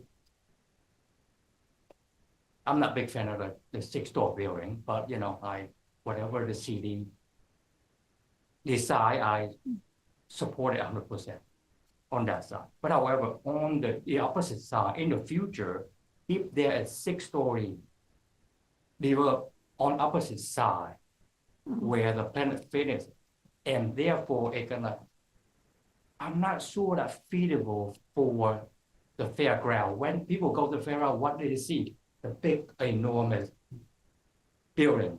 That from the back of it, if nothing, it's just like tasteful about. So, just that's what I was thinking about. 6-story building and like right in front of the fairground and the backside of the building. So but either way, whenever the cities, I support 100%, know that, but it's just my opinion. Well, thank you. And can we have your name for the minutes, please? 10 grand. Thank you. I don't know, is there anyone online, Chris? There's one person online. They have not raised their hand or anything. Okay. I'll just say one thing as a member of the Bike Walk Advisory Committee, any help or assistance that the commission could use just as far as public outreach and engagement, we could certainly serve as a filter. You guys have a lot of other work. Split it's an intermediate when consulting the public. These similar comments and issues, and while we are singularly focused on advocating for a lot of what we saw there, we understand that it's not the strict wheelhouse that you. So in our direction. Thanks. Well, it's always good to work with you guys. So, well, it covers the public to be heard part. John, did you identify yourself? Oh, I did not. John O'Brien. Thank you, John. All right. And if anybody online has any comments, please unmute yourself. Looks like we do not have anyone online who wishes to speak. Well, people who view this later can always send us cards and letters and let us know how they feel.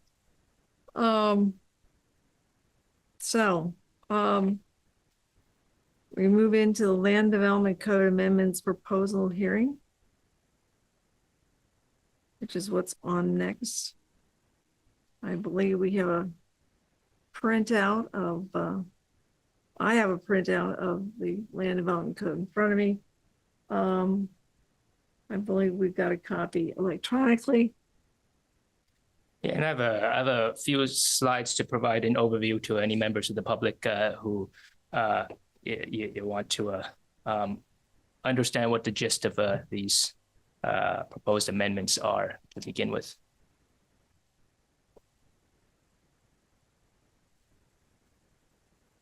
Diane, if you would like me to start with that, I can, or if you have anything that you want to discuss before, that can be done too. Let's start, and we'll have a great place to start with the discussion. All right. So I will be trying to go through some of these slides rather quickly. If there's any area where planning commissioners would like me to slow down, or you have any questions at that moment, just please say so. And I believe the members of the public will be invited to provide comments at the end. So, as we mentioned, there's currently already the transit-oriented development master plan project underway.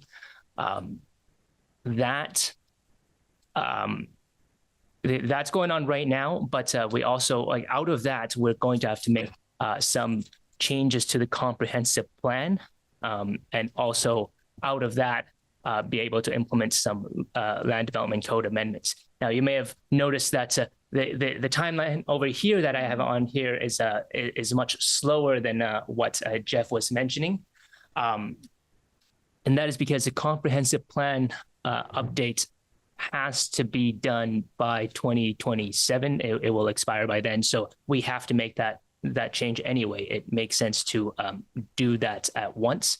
However, there may be some outputs of the Connect the Junction plan that can be implemented earlier.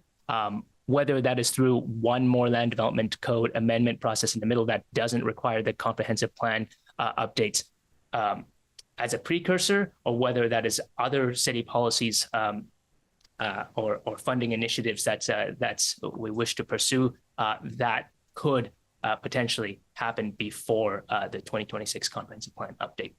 Now, at the same time, we have this batch of land development code amendments that are really focused on technical adjustments and what I would consider to be minor fixes.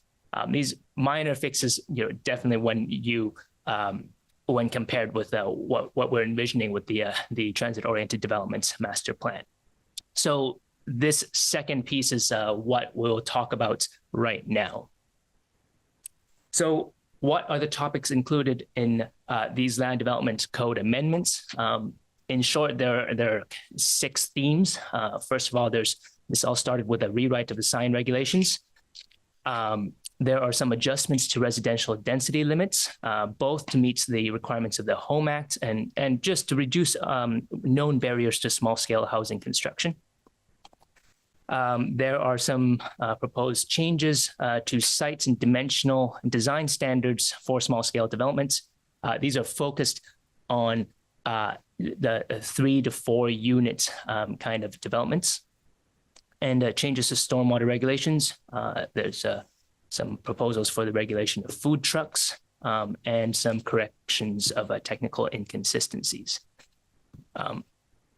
I'll dive into each of these sections. The tabs on the left will show you what topic we're currently on. Now, sign regulations. This was what spurred the need to start this round of land development code amendments in the first place.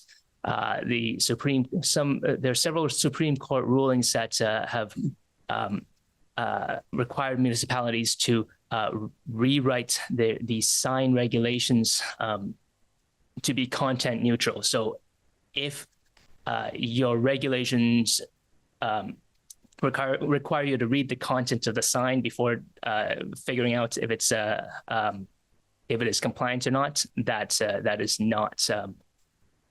not okay, and that is against the First Amendment. So many other municipalities in Vermont have already gone through this process and updated their sign regulations. We just haven't gotten around to it, and now is the time. So instead of starting from scratch, the Planning Commission decided to work from existing examples from other municipalities. We actually started with Burlington, City of Burlington's sign regulations and adapted them for the local needs. Part of the reason why Burlington's was chosen is because it was just more readable and it was more visual than some other examples we had. And you see on the left, it's mostly text. There are some visual examples and diagrams that help guide the user to the sign regulations.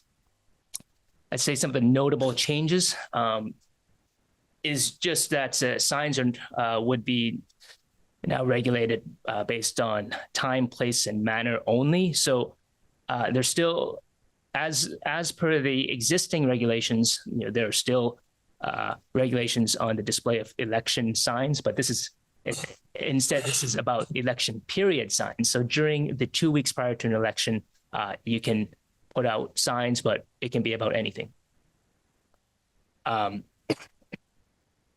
So one other topic that was mentioned earlier, sandwich boards.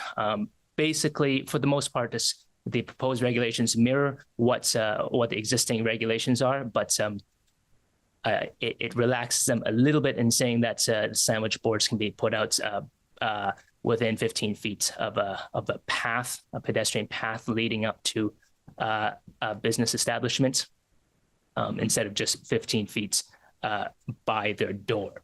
It does still say that they have to be put away when the business is closed. So there can be some interesting technicalities out of that in terms of stretching the definition of when you're open and closed. So actually, and the last point over here, I'm actually mistaken. Wall signs size has been slightly increased. The freestanding sign limits are exactly mirror what they currently are. If that is a problem, it is something that the Planning Commission may adjust if needed. But in terms of creating more of a pathway towards compliance for those for businesses that currently have are kind of abusing temporary signs but need the space to put up signs, I would say they may have an opportunity with to do so with permanent wall signs, but possibly not have any more space using freestanding signs. So what are the implications on enforcement? Well, once this is done, once this is implemented, the city would be able to resume basically enforcement of sign regulations, whether or not this is a high priority. I mean, I think it depends on how chronic certain issues are. I think we do increasingly have a focus on trying to ensure that there aren't some offenders that just continue to be non-compliant forever.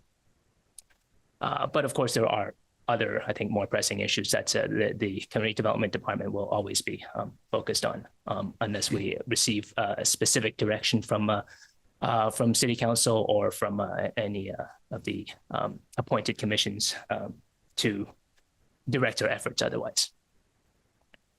And for enforcement, we already do have the power to do so and would be able to issue tickets if to businesses and landowners that continue to be non-compliant.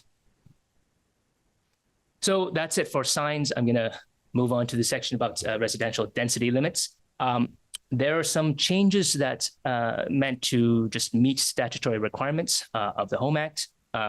Also, some changes to reduce barriers to small-scale construction and to enable a smooth density transition between the city center and the R1 and R2 zones. So, as you should all be aware, the 2023 Home Act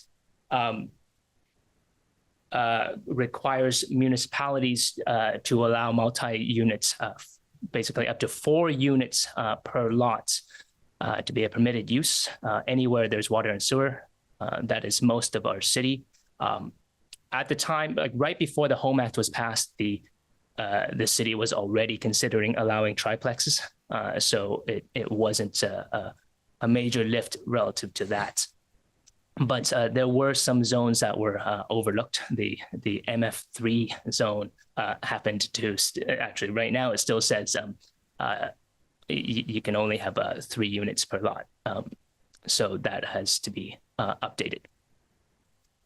So in terms of establishing a sensible density pattern, I think it's good to think of the city in several pieces.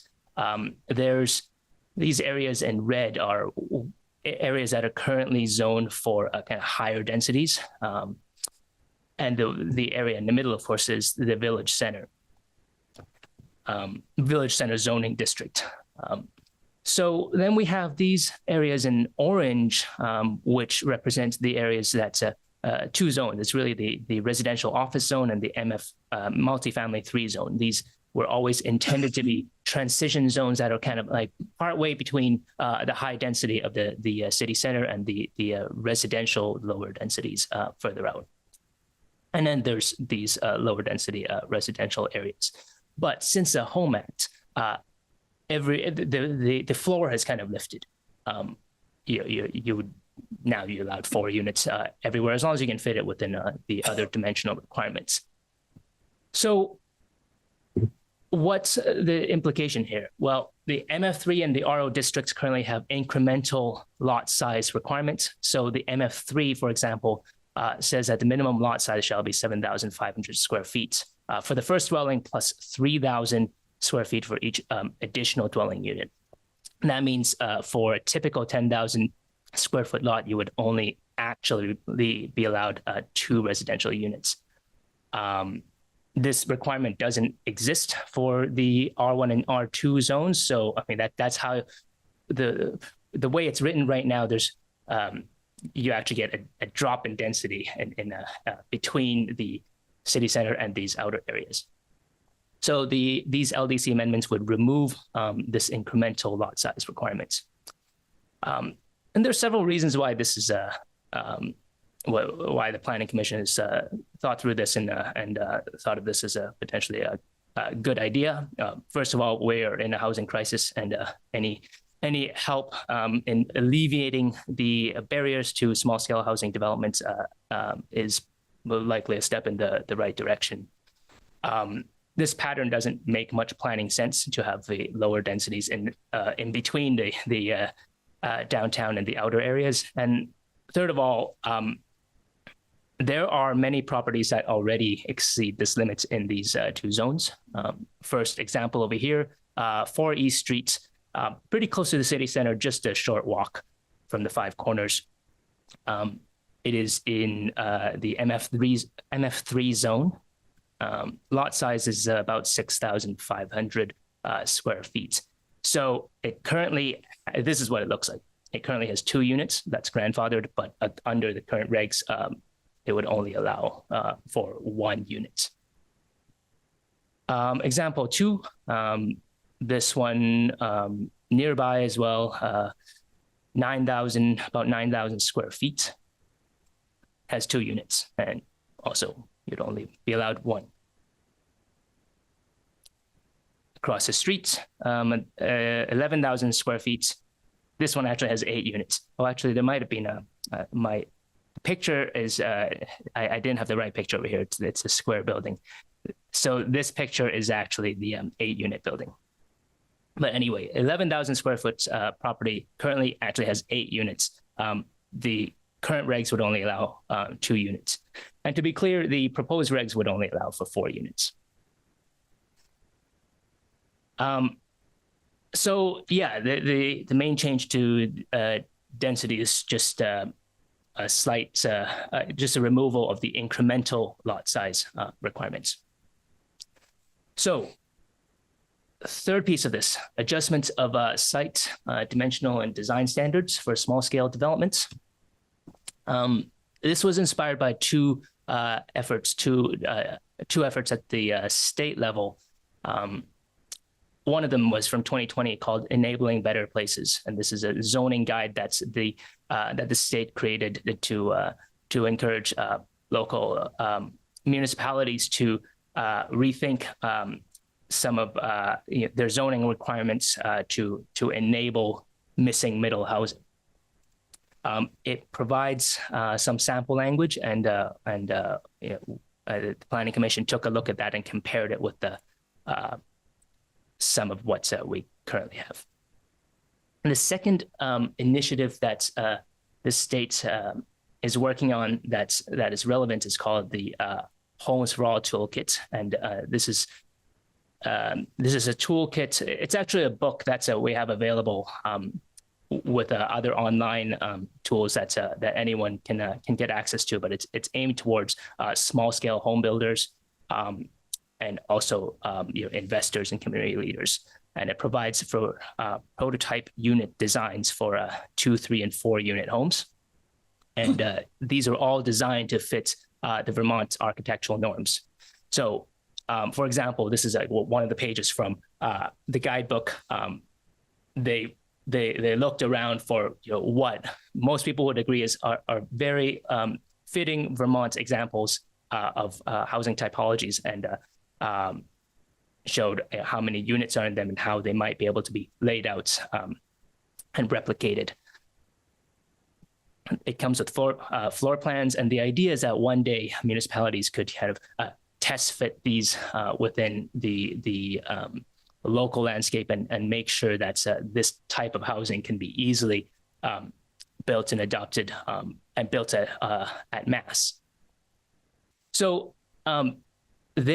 they provided examples of how some test fit cases of these building typologies on real lots in real villages and towns. And the Planning Commission, with staff help, also worked through some of these examples locally to see if it is possible to build certain types of missing middle housing here. And, you know, it turns out there are some changes that do need to be made. So some of the adjustments that are in this recommended package is to reduce the minimum front yard setback to 15 feet in four of these zoning districts, to adjust and clarify some design standards for triplexes and fourplexes in the R1 and R2 zones, and also to allow for up to 2 principal residential structures per lot. Now, speak a little bit about these, because these are fairly significant changes in certain ways, and also fairly minor in some other ways. So, from the Enabling Better Places reports from the state, they recommend that for what they call neighborhood zones, residential zones kind of close to the city center, that the front setback be somewhere between 8 and 12 feet. Side be 5, and rear be 3 if you have rear lanes, which we don't, or 12 feet. These are some examples of the setback requirements that are currently in Essex Junction. We see that there's some zones where the front setback is actually 30 feet. Certain zones at 20 feet, and some already at 15. There's also the side setback is a mixed bag, but the focus right now is to adjust the front setback, and I'll show you several examples and reasons why. If you take a look at some built-up areas, let's say in the RO district where the front setback requirement is 20 feet, you'll see that there are already plenty of buildings that are within this 20-foot setback limit. These have all been there for quite a few years, and these are definitely grandfathered, and they're allowed to stay. But if they get torn down, they're not allowed to be replicated under the current rules. So I think the assumption based on the implication of that is that this development pattern is not what is desired and to be replicated. But if you take a look at what it actually looks like from the street, I think this is what Essex Junction residents know and understand and see as a pretty normal streetscape that is accepted. So that's the RO district. Here's an example in the MF3 district. Front setback requirement currently is 30 feet. There are certain buildings, there are certain parcels where half the building is would have to be chopped off under the current standards. This is what it looks like in the front. I think people are pretty used to it. It likely makes sense to just at least adjust the regulations to allow what's currently there. So the proposed amendments would standardize the front yard setback to 15 feet. And there are several good reasons for this. First of all, just to allow for pedestrian activity and the connectivity of the street that is closer to the sidewalk, but also to encourage parking to be located at the side or rear. Once you have a large setback, you're basically asking for people to put parking in front of their buildings, and that might be against some other goals that the city is going after. So special design standards in the R1 and R2 district. Currently, there is a language in there saying that parking shall not take up more than 30% or 20 feet of the linear frontage of the lot, whichever is less. This was added in 2023. I mean, this was added in the last round of land development code amendments, which started allowing the fourplexes. And I think the idea was to prevent a situation like the lot on the right over here, where you just have a giant driveway right in front of the house, and all you see is cars instead of the actual house. So well-intentioned, but this is also actually impossible for basically multi-unit homes, because if you're saying for most lots that are not that wide, you're saying that you have to be under 20 feet, which would be 2 car widths, or in some cases you would only be allowed 1 car width and you're asking people to be able to park one car per unit. So yeah, it's physically impossible in many cases. And the Planning Commission has come up with some adjustments that may kind of get at the intention of this design standard while opening up opportunities to actually make this happen. So what came out of this originally was to break this up into 3 areas. Area A is basically from the street to 3 feet beyond the property line. Area B is anywhere between the 3 feet beyond the front property line and the front of the building, and then Area C is anywhere behind the front of the building. So in Area A, this piece is a little bit in flux, but it started by the starting point was that the driveway should be 20 feet max. Basically, no matter what, you'll see there's some adjustments to that. Area B, not more than 30% of the frontage should be parking. And Area C, not more than 30% can be dedicated to parking unless it's screened from view. So if it's screened from view with either behind the building or with some bushes or a fence or whatnot, these regulations would allow more of that area, more width to be dedicated to parking. The intention is to enable something kind of like this, and ideally to encourage something like this where the parking is at the side or rear. I'll speak a little bit more about this 20-foot driveway maximum point over here. This came up at the last Planning Commission meeting while the commission was kind of trying to test this layout against an actual development that's being considered by somebody. Some issues came up.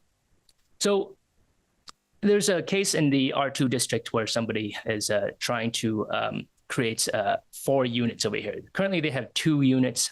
They want to turn the garage into 1 unit, and if possible, they'd like to have the space, redo the roof, build it up higher, and basically have a 4th unit over there.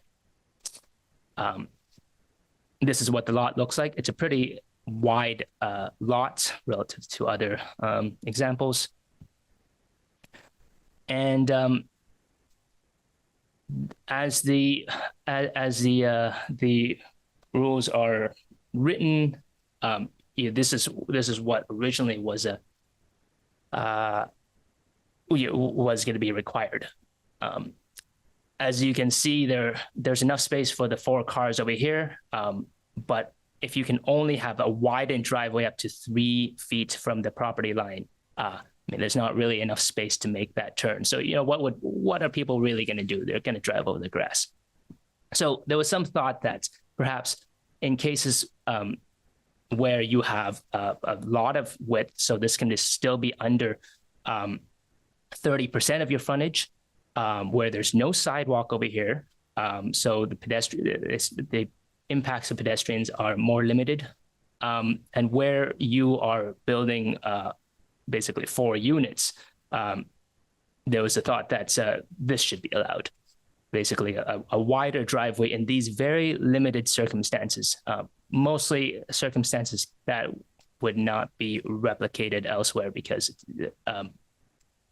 where there's a sidewalk, this would not be allowed. But there was a thought that if the impacts are relatively low and in limited circumstances, maybe this is fine. And that's currently what is written into the LDC amendments. I understand that there are some members of the Planning Commission that would like to discuss this further. So this topic may come up, in 15 minutes or so for further consideration. The last point here about design is allowing up to 2 principal structures per lot.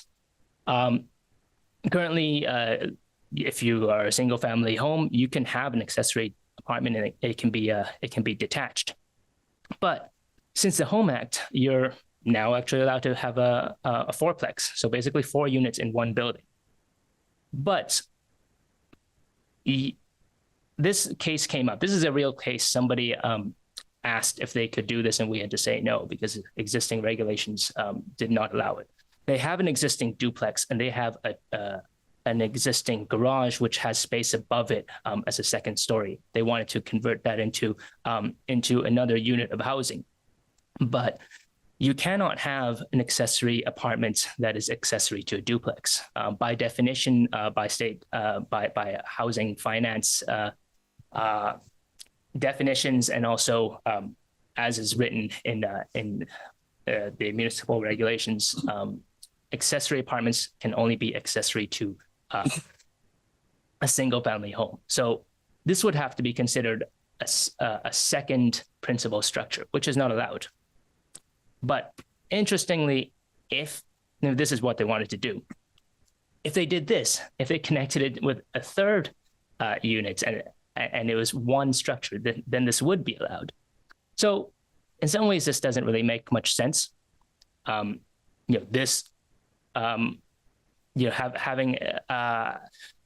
4 units spread over 2 structures is not necessarily that different from having 4 units in one larger structure.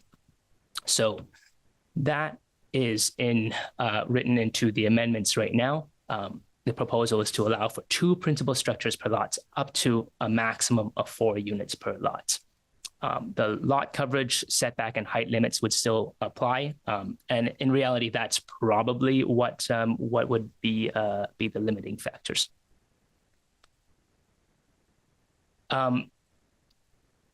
So there's also some, this one's really short, right? Changes to stormwater regulations. The city is considering creating a separate stormwater ordinance. So the regulations relating to stormwater, some of them are being moved out of the land development code. I don't have much to say about that over here. Number 5, food trucks on private property. Currently, these are allowed wherever restaurants are currently allowed, but they are permitted as temporary uses. So temporary uses cannot be in place for more than 6 months per year, but the city just has not been strict on this since COVID. At this time, I think there's an opportunity to just officially make this possible and create a legal pathway for their existence. And the amendments would officially allow for the year-round operation, but would place certain limits, such as not allowing the long-term use of gasoline or diesel generators. Basically, if you're in one place for more than like 2 months, you gotta plug in. Okay, a lot of corrections of technical inconsistencies, and there's some other changes that I couldn't categorize elsewhere, but yeah, there are some things like we specified how uses not defined in the use charts are to be reviewed. Currently, if a proposed use, if you have a creative use that doesn't fit within the use table, you can't. I mean, it doesn't say what you can do. So this says that it would be reviewed as a conditional use, which would be under more scrutiny, but it would still be possible. One change here, which may have some significant implications, just in terms of smoothing out the development application processes, to allow for administrative review for triplexes and fourplexes. Right now, single-family homes and duplexes are administratively reviewed, but anything above that needs to go through a full site plan approval, which means they have to do it. They have to do a landscaping plan with a certified landscape architect. They need to do a traffic impact study, all sorts of complicated engineering work that's maybe an impediment, and it's just not practical for a lot of small scale developers. As a result, there's actually been quite most of the triplexes and fourplex applications we have received have just been conversions of existing buildings without an addition. So this should smooth that out a little bit. There's provision to enable the use of planned unit developments, review for proposals involving multifamily structures. So there's some open space, private open space requirements that are being adjusted to make it possible. Currently, this is only you can only use this process for kind of single family homes spread over a lot of area. Other changes being proposed is that the definition of lot coverage is proposed to be clarified to exclude stormwater permeable driveways. There's a change that would remove the limit on unrelated persons living together in the same dwelling unit. Currently, you can't have 6 friends live in the same house, technically, unless at least one of them are related, because right now the limit is 5. So this is actually required by the state statute now anyway, since the latest housing bill. There's also a zoning map correction. It was over a decade ago. There was a bunch of zoning changes that were made. There was a version control issue, which resulted in an older version of the zoning map being put back in the LDC. This affects the Autumn Pond area and several other zones as well. But when it was reverted back to the old version, that was never intentional. It was never discussed at the Planning Commission. So this is just correcting what was intended, what was never intended to be switched back upon. There's also a provision for a 50-foot setback, a requirement for a 50-foot setback for outdoor cannabis cultivations. This would kick in January 1st, 2025. Well, I mean, if this, actually this would not be passed by then. So it'll be when the LDC amendments pass. And this counts from the edge of the cannabis plant canopy to the neighboring property. There are a few other things that I've written to the Planning Commission about that are not in the package of LDC amendments currently, but may still be considered. I think we'll leave the discussion of this to a few minutes from now. So yeah, that's the summary of everything that is being proposed.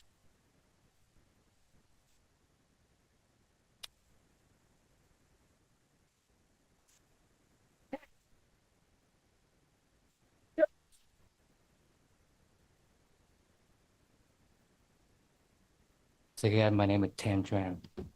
So I'm here, the reason why, the main thing I was here today because the same was full.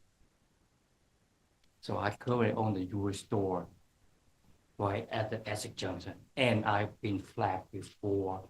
I got scolded for leave it out. Broke the rule. So I accept that. However, we currently, I'm not lying, we currently still have the sandwich board out, but right next to the entrance with the business side at Essex Junction Shopping Center. The reason why we we couldn't move it in every single night. Therefore, because like you know, like from the curb to our building, it's almost 100 feet away. So in the winter time, to drag that sandwich board in, I consider it like safety issue, number one. Number two, like, this is not an excuse, this is a circumstance. Both the employees are not in the great health.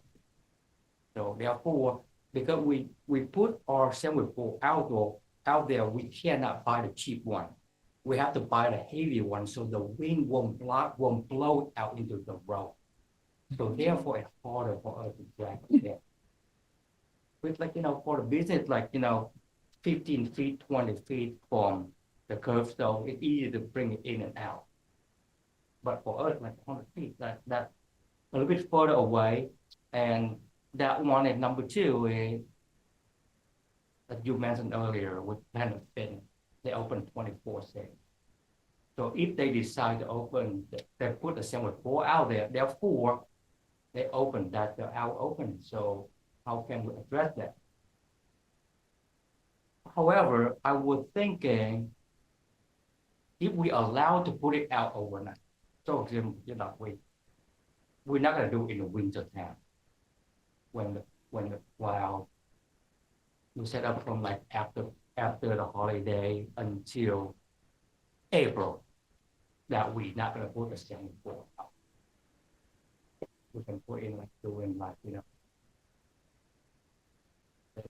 after the snow, but we don't have to like drag that thing over the snow to bring it in. So, and I really appreciate that the commissioner relaxed about the size of, the increase the size, what allows me to like, the much broader size, and we really appreciate that.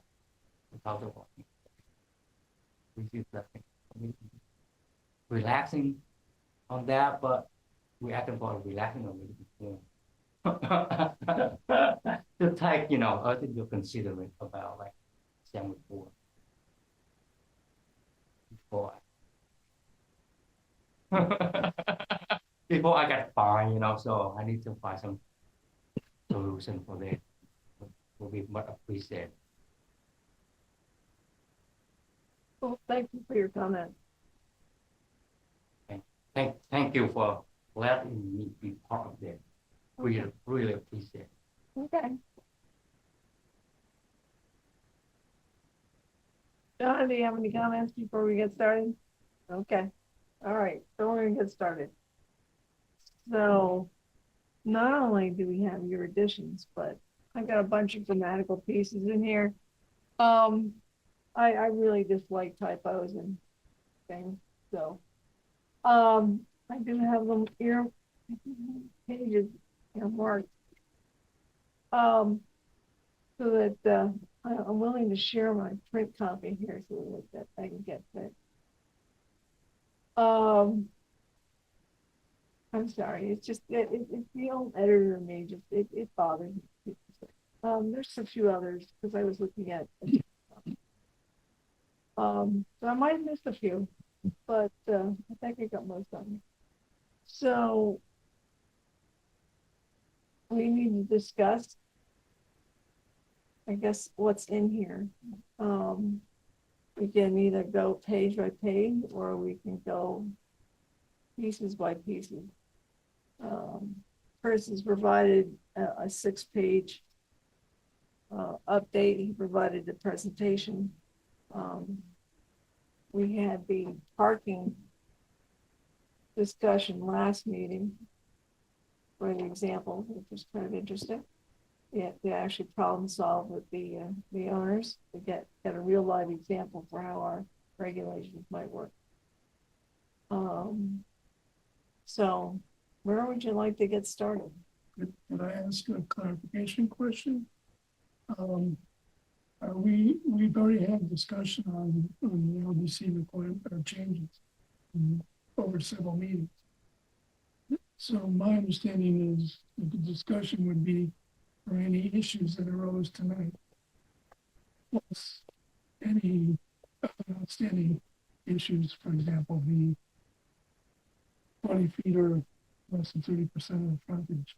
Is that correct? We don't have to discuss everything in the changes again. No. No, And I would also say that if it's grammatical errors, with your permission, those I can add those in afterwards without further discussion. That's why I've got them ready for you.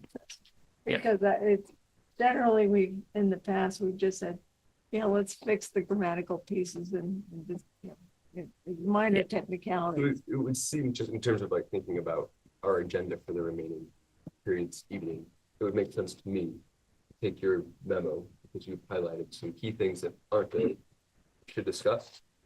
It also has some things that are in there that we wanted to discuss further. Go through that. If there's anything in addition that any commissioners want to bring up related to this, we can talk about that.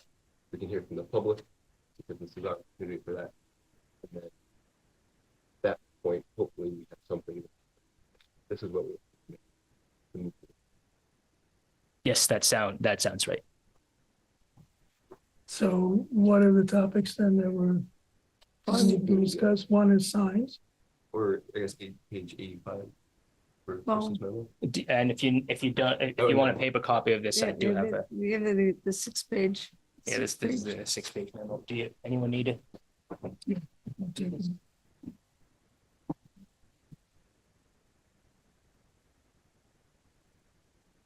Most of these are relatively straightforward. I can give you an overview, and my guess is that most of them you'll probably agree with. But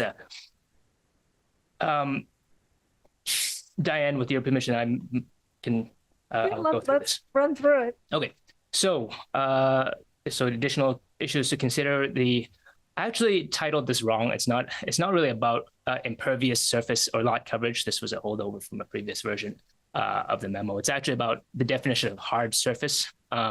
There's just a discrepancy between what hard surface means, whether or not gravel is included. And for the purposes of accessibility, and because it was just always meant to be that way, there's a recommended update to not consider gravel to be a hard surface. So, if you want a wheelchair accessible spot, yeah, it should be paved. Okay. Any questions or just comments about that? Past, they talked about gravel as being semi-impervious. So yes, there's two different things. Pervious and impervious is not the same as hard surface and not hard surface. So gravel is not considered to be pervious. It counts towards lot coverage. Unless the only way around that is if you use special pervious pavers like what's on the Crescent Connector parking lot. Those, if you take a bucket of water and pour it in there, it just soaks right in. So yeah, this was always intended, I think, in terms of the parking section. Yeah, this would just be fixing this inconsistency. Number 2 over here is about the application requirements for basically triplexes and fourplexes. So about street trees, basically about landscaping plan requirements. There is no landscaping plan requirement for single family homes and duplex right now. And all of a sudden when you go above that, you need to spend 3% of your construction budget on landscaping. You need to hire a professional landscape architect. I mean, that's part of why it's kind of impractical right now to do this kind of small scale development. With the change of if we start treating triplexes and fourplexes as the same as single family and duplex, there wouldn't be a landscaping requirement. It's based on my conversations with the tree advisory committee, it may be feasible to just have a kind of a middle ground over here where you just have to put in street trees, no specific requirements. Otherwise, we do know in most cases people do put in other landscaping, but to not have that tied to an approval that cannot be changed, and that is what is being that's the wording that is being proposed over here. Okay. I also added in a potential requirement for a professional land survey, especially if people are building close to lot lines. This is to prevent potential encroachments that could become problematic. Number 3, footprint lots. So this is kind of an odd one, but it has occurred to me that we're actually getting more and more of these, and as are other Vermont municipalities. For some reason, it's now difficult to get housing finance unless there's physical real estate associated with your condo. So it's quite common to see these condominium developments where there's the shared area, and then each home is parceled out as a like the land under the physical land under the home is its own lot assigned to that person. So this would clarify that that is okay, but we don't consider that to be for the purposes of zoning. So like in terms of lot coverage, setbacks and whatever, that's, you would be looking at the lot as a whole. This language was copied over from Williston's bylaws, and they just added it less than a year ago. But they have always, as has Essex Junction, always been approving these, especially as a part of PUDs, that they have been quite common. But also, if there's a desire to allow more triplexes and fourplexes, which are not going through the PUD process, there may be a desire to establish footprint lots there. Okay, parking, curb cuts and special standards. That is the item that I think this warrants a little bit more discussion if some planning commissioners want to discuss it. Details are written out over there. I think I will not go over this anymore. And then fire access, this was in consultation with the fire chief. He wants to make sure that if there's going to be a second building on the lots, that it is either accessible by fire truck or has a sprinkler system. All right. That's it.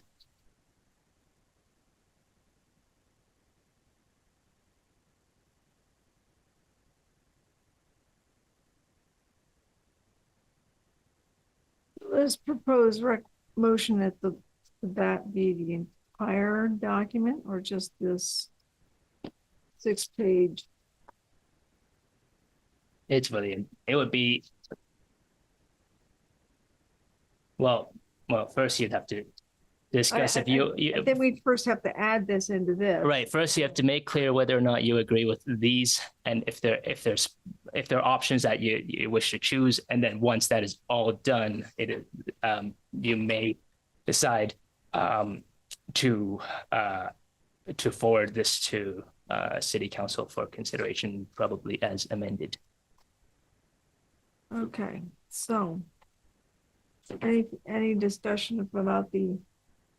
Yeah, so before we move it forward, Okay. I would appreciate having a little more discussion around the subject that we were talking about last month, in terms of cutbacks and parking for triplexes. Okay. So as maybe we want to have some more discussion around Sanford Ford side than anything else. Yeah. Well, why don't we start with parking? Okay. Parking in houses, yeah. Yeah.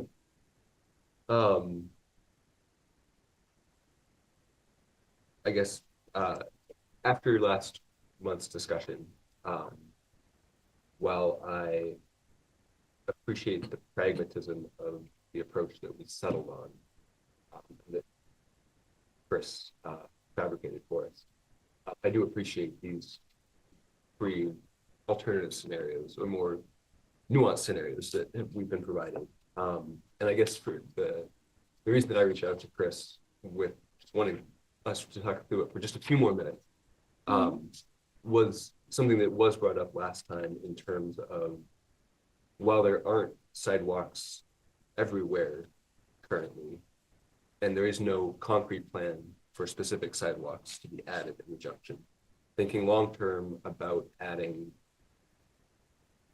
more pedestrian infrastructure, do we want to kind of set up, I don't know, do we want to kind of have that long view? And I think too, just thinking about, like, I don't know, during our discussion, I walked around in my neighborhood and just looked at driveways. And, you know, in this case, like a 36-foot or larger driveway, that's a long space. And we did talk about, like, you know, whether we know lots of people walk, there's a lot of people that walk in my neighborhood, not on the sidewalks. And so whether you're on a sidewalk or not, passing that distance where cars may be parked in tandem or parked in all kinds of varieties, just the concerns about safety, the wider your sidewalk gets. And thinking too about, you know, the couple who's provided us with a great case study to really dig into this. You know, the argument that people are just going to drive straight back, that's a totally valid argument. But also the design of flaring, and if we're going to limit the sidewalk or the cutback just in the cutback to a smaller space. Again, walking around my neighborhood, which everyone's grandfathered in, there are a lot of examples in our community of narrower sidewalks at the street point that then flare into all kinds of configurations.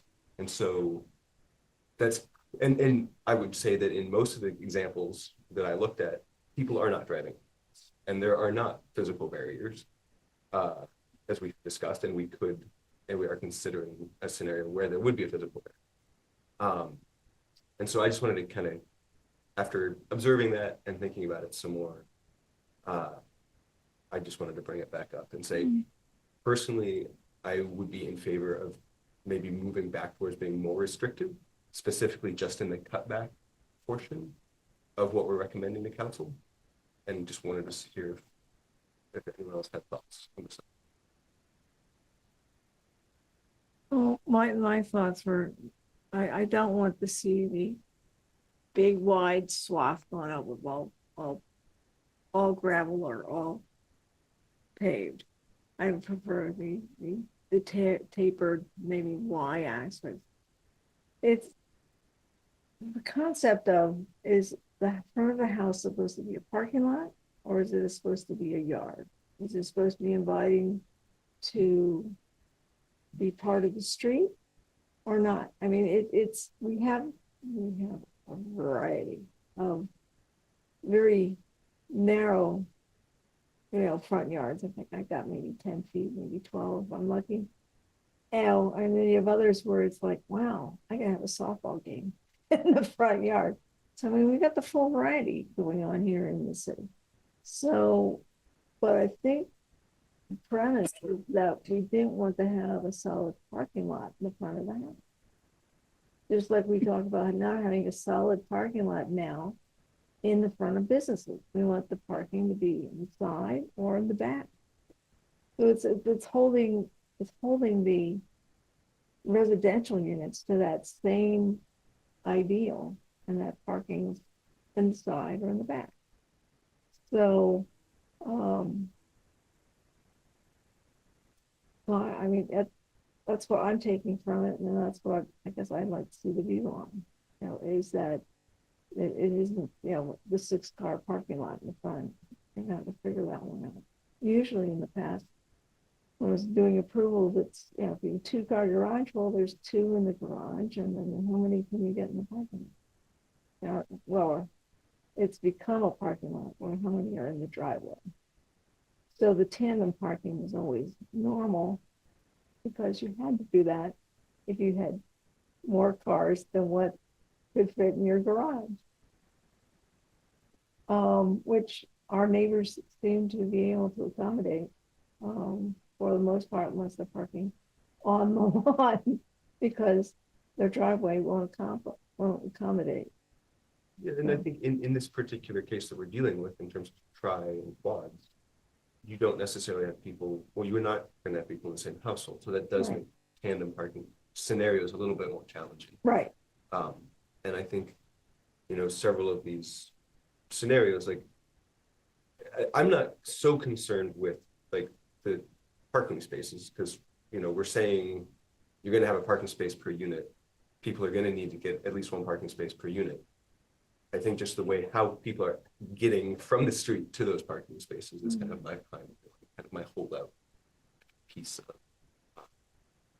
discussion.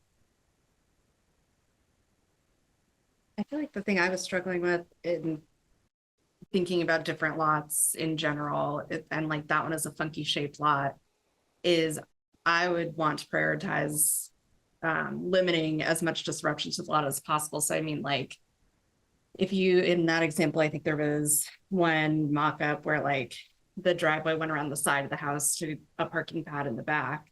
And in my mind, that's a very permanent, very disruptive change to the lot for anybody who ever wants to build more housing or change the housing or try to enjoy any of the lawn on the property, anything like that. And so I think that's where like maybe we keep the restrictions on the curb cut, but if there's in this, like I think the language already codifies this to some degree, a way to direct it to like what's the least disruptive to that lot, like in the future. Because I think the pedestrian access matters and all of that, but the sort of future view of like what's best for the land itself matters to some degree too. Yeah, I'm looking at is from a lot of streets. A lot of our developments that were put up in the 40s and 50s, unless they put down the boulevard and made that street that's 4 or 5 cars wide, you're not going to be able to do that. Okay, you're going to have enough space for passing by on the street. And so, yes, you have people parking in garages. You have people parking in driveways. You have people parking on the lawns because other than that, you can't have cars passing without, well, I guess you could. They just have to slow down just to make sure that they don't hit cars. But it's, I guess I'm trying to figure out how can we allow parking such that it could be a fourplex like this potential is asking it. We now have that regulation that fourplexes are going to happen. So how do we accommodate potential fourplex? Well, there's even, I don't even skin in this game. You know, I'm willing to listen to other people and go which way we want to go, but there are some examples now that we have this language that you don't have to be a family unit, but you can have up to 6 people residing in the same place who are unrelated. There are some examples of people parking on grass in the R1, R2 areas. I've seen it. And it's not a common thing, but there are some examples of that. And I don't know how you solve that. If you concrete the whole front of the property, you still have people parking where the lawn would be. You still have people. So I don't see a solution to that situation. And like I said, from these other points of view, I could go either way, quite honestly. I understand what you're saying, Elijah, and especially if you look at the neighborhoods.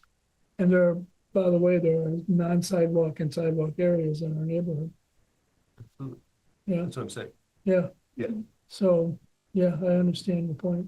And yeah, and I think I personally, I don't have a problem with people parking on the lawn. Like it, from my very subjective little corner of the universe, like that's less impervious surface. Right. So, right. Yeah, it gets muddy in the spring, but okay. Well, I mean, it doesn't affect me, it affects the landlord. Yeah, yeah. And they deal with it. But I think it's, yeah, I think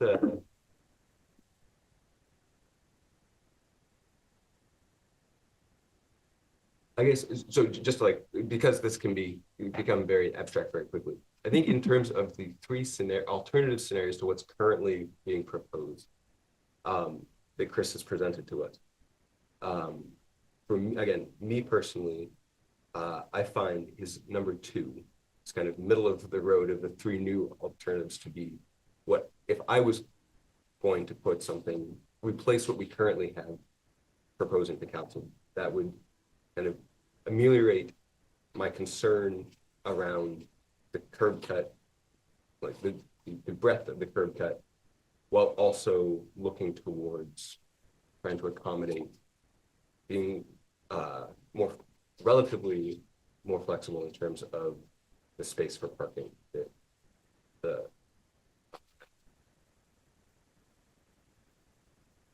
So Dan, if I may comment over here, just for a little bit of context for how it currently works.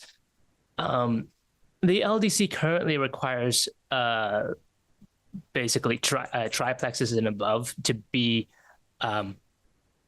treated as multi-family in terms of curb cuts, and it says multi-family dwellings shall be reviewed as commercial curb cuts.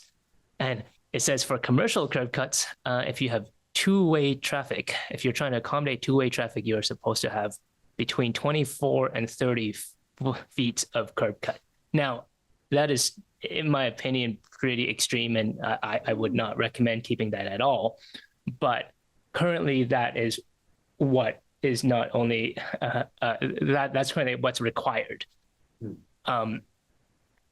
So in some ways, if the limit, if you went with option 2 over here and limited it to 27 feet, like maximum, that's still an improvement over the previous maximum of 30 feet. I did also become obsessed with this issue and measured a bunch of driveways in Google Earth. And after 27, it became extremely, like there was a lot that were 25 that were moderately offensive. And after that, it started to get really offensive. So I was feeling like that one might accommodate our friends' needs from last month, while still somewhat preserving a walkable streetscape. And to be clear, it won't be applicable to that. Like it certainly wouldn't be applicable to narrower lots. Which is another issue of, are we actually accommodating density, which was brought up in your email that you shared. Right, and actually, Elena, you had a good point in our discussions outside of the planning commission about what might need to be done in the future to actually allow for the small lots and the narrower lots to have more infill, and a solution.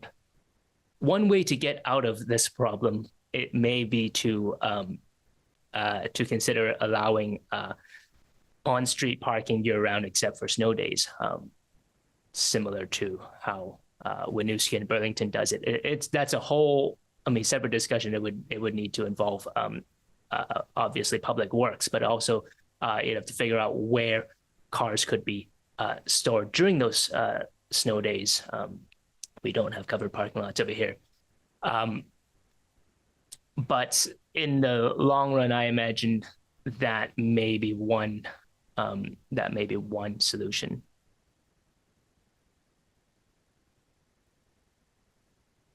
Yeah, for some of the spaghetti lots that are in some of the developments, they did not contemplate, what we're contemplating now, which would be possibly allowing development in the back of the lot.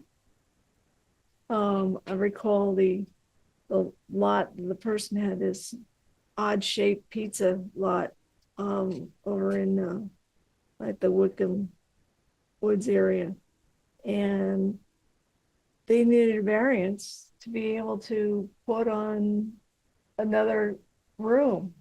Okay, that wasn't, they weren't even talking about an ADU, they were just putting a room on the room. So it's because of the odd shaped lots, but it's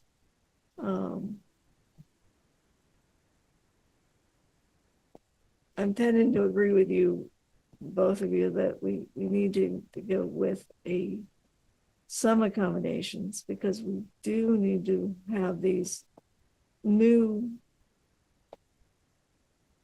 dwelling units go up. So is it within our wherewithal to say, okay, well, it can't be any more than 25 feet? Well, 27 would specifically line up with the ability to have three cars. But, and also if you had to fan out to 4 afterwards, the taper, it would work with the taper a little bit better. But certainly for longer, for sites that are not so constrained, it would be awesome if that was not, and that was not something that they used. but I'm happy to Is there, write in is there some whatever. way to word it, like if no other option is available? I think I that don't would know be how to- difficult. I think that would be difficult because there are usually options. They just get incrementally more and more expensive. Like in the Like case of, They could move the well, telephone they could, pole. right, exactly. They could move the utilities. They could pave a whole new driveway, but that might sink the project.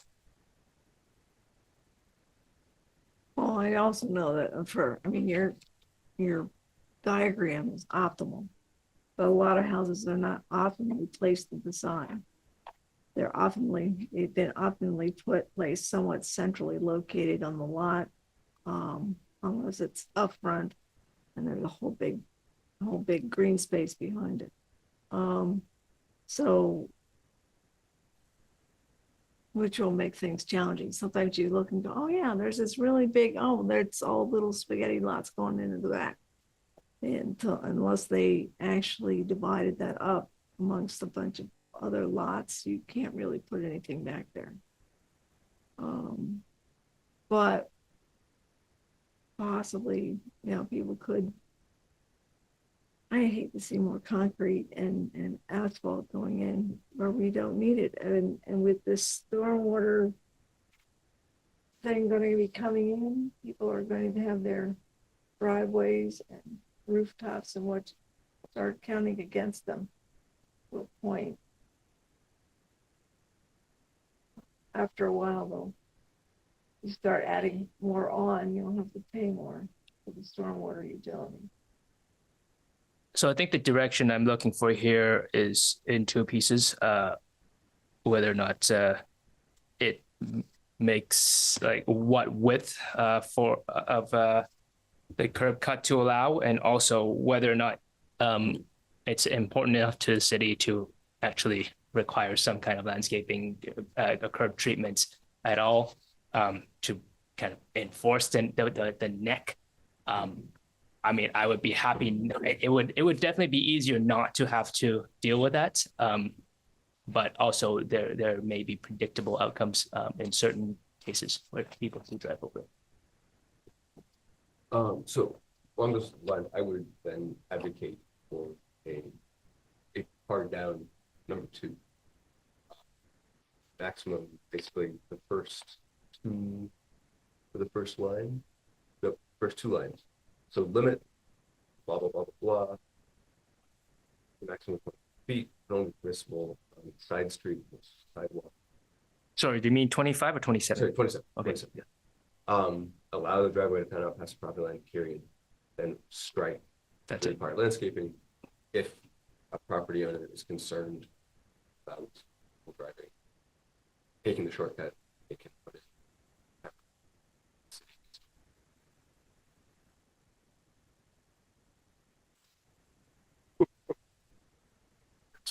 Yeah, sounds good.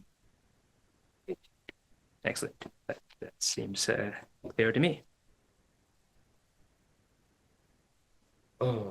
Before I get off my soapbox, can I just ask for Keep going. a Go ahead. clarification around the cannabis setback? And it came up last time, but I don't think it was ever addressed, maybe 2 meetings ago.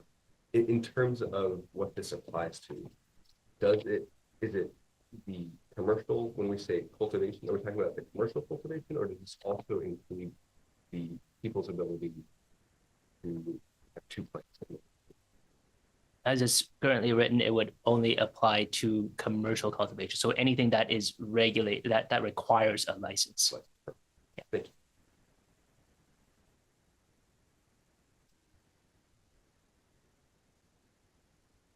All right. Got one down.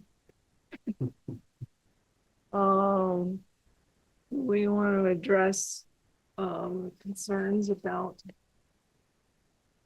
sandwich. We got a proposal from one guy that's complaining that it's too heavy. I hate to tell him that's what dollies are for. When I worked in South Burlington, I was required to use that dolly and pull that thing in every day.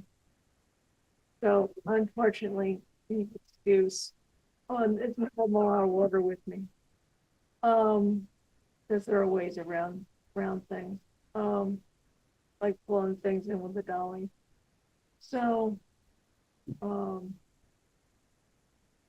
but I guess I'd like to bring up how do we, if the business really is open 24 hours a day, how do we regulate? How do we know that he's open 24 hours? Because, because there's somewhere in here, there's actually, one of the questions I had as I was reading through, how many home occupations do we actually have? How do we, as a planning commission, shouldn't we sort of know that number at some point in time, especially with with the comprehensive plan going? How many at-home businesses do we actually have? This guy, of course, is got not an at-home business, but a commercial business in a commercial area. So are you saying Matt's at home business? No, he's not at home. It used to be a home, but it's now converted to a business. It's just like, Chris presenting the Anna Early building as, lovely landscape. And it's kind of like that old building, looks really lovely because the village decided that the Anna Early building was always going to look lovely. It's going to look, it's a historic structure that's been on. It's actually owned by the school district. So, how do we, because we have some regulations about business and we do regulate sandwich boards so that they don't become an eyesore. How do we accommodate we say if his business doesn't close, does it really not close? I guess is my question. Because our current, if I understand our current regulations, he's got to bring it in at the end of close, at the end of the day, but the day doesn't end. And in that particular case, as much as I enjoy the fun, there's also a freestanding sign right there. So the way it was presented was that is, it could be inferred that is their sole business sign that is advertising their services, which is not the case. They have a very nice freestanding sign right next to the sandwich board in question. So, and again, I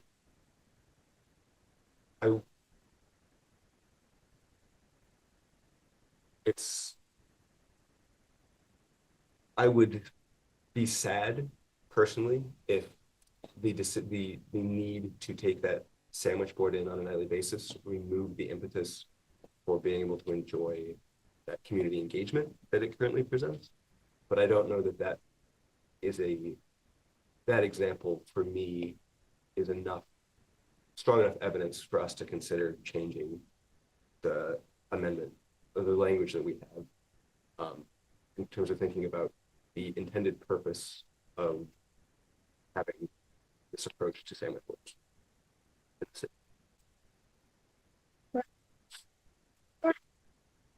That's my. So when do we consider close of business? So, I mean, it's not written in right now. If you don't make any more changes, I think they have a sufficient argument that I wouldn't write them a ticket, that they are open 24/7. I think there are, most businesses have a clear closing time. You can look it up online. If they're retail, they do close. Say open 24 hours. Right. So, I think the other, like the jewelry store, for example, is clearly not open 24 hours a day. Yeah. Also, to me, this does seem like it's a symptom of, like, firstly, for the larger malls, a lack of coordination with the landowner and like how the permanent freestanding sign is designed, whether or not they're being allocated or being rented enough space on that. And then number two, it's the total amount of space that's allowed on the freestanding sign. And I'll reiterate that there's actually, for freestanding signs, no proposed change to how much space is allowed. Matt Lumsden is maxed out. And I asked him when he asked me about what to do over here. And I said, like, I asked why he wouldn't just make a changeable letterboard on his actual sign and put jokes on there. And he says he's maxed out. He would have to make like the lettering on his actual business name and contact and whatever would be too small if he had to also add in the jokes, basically. So yeah, I think those are my observations.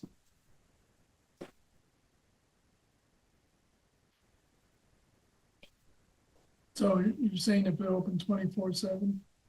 Well, as it's currently written, that's I don't think I would have enough of a leg to stand on to do anything about it. If it mattered enough, you could change a language to say during open hours or between hours of 10 and I don't know. I mean, also, I would encourage you not to create something that is more difficult to enforce, because it likely is not going to be enforced, at least not super actively. But when it does happen, some businesses will be hurting, actually, if they're unexpectedly hit.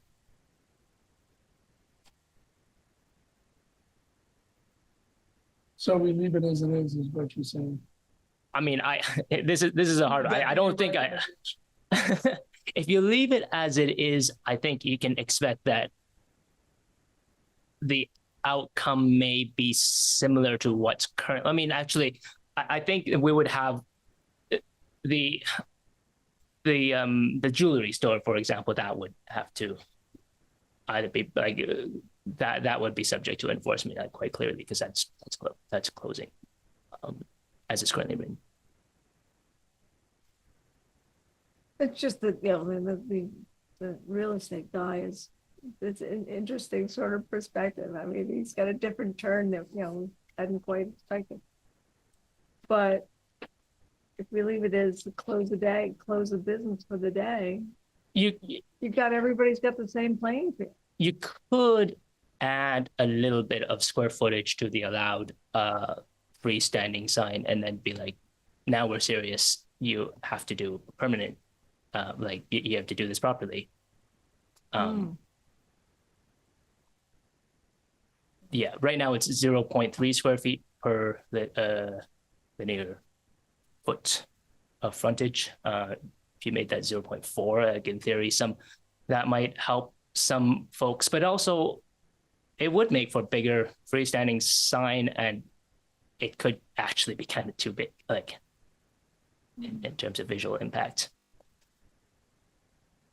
You could also say, this doesn't matter enough to really dwell on any further. And I don't think there's a right answer over here. It's always going to be a bit of an enforcement quagmire here. But I think the needs of the businesses are real. Well, I thought freestanding signs were one option.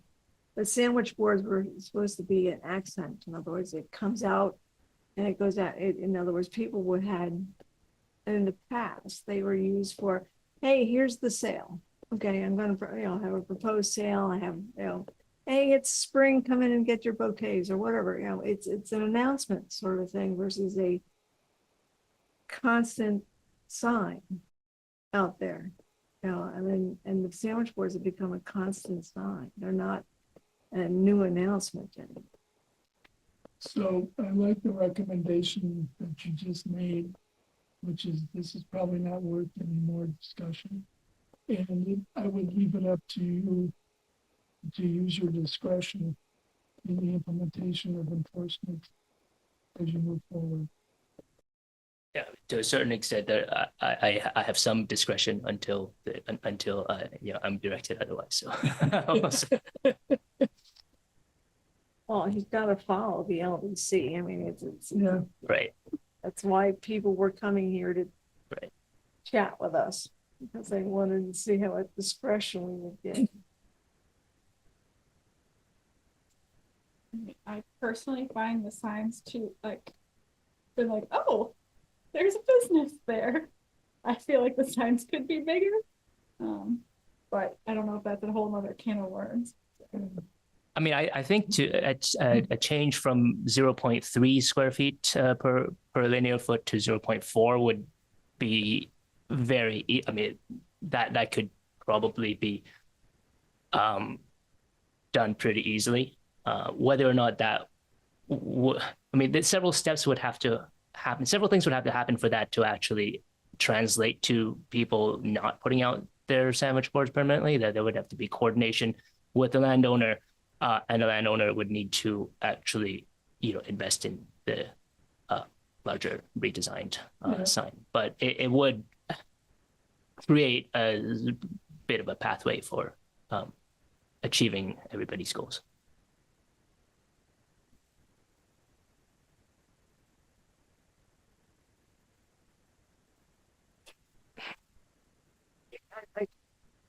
At this point, I'd rather hear from businesses as to, would giving them extra freestanding space would actually accommodate their needs, or are they happy with, getting out their dolly and bringing their sandwich board in? It's, I mean, that's what we're regulating here. It's trying to regulate behavior to not clutter up the street. I mean, that's what initiated this in the first place. It's not that clutter in the street was getting a little thick. I just find Lamson it's humorous. And he's actually open 24 hours a day. But especially with our community, seems to roll the sidewalk up at 7 or 8 o'clock at night. So it's most of them, other than most food establishments, have rolled the sidewalks out. I don't know if I really need a joke at 2 a.m. Are you up and driving around it? No, I'm not. Okay. Maybe for those people who Not are. at this point in my life, no. Maybe for those people who are, find it. I'm happy with leaving it the way it is. So how everybody feels? I'm looking mostly. Yep. Okay.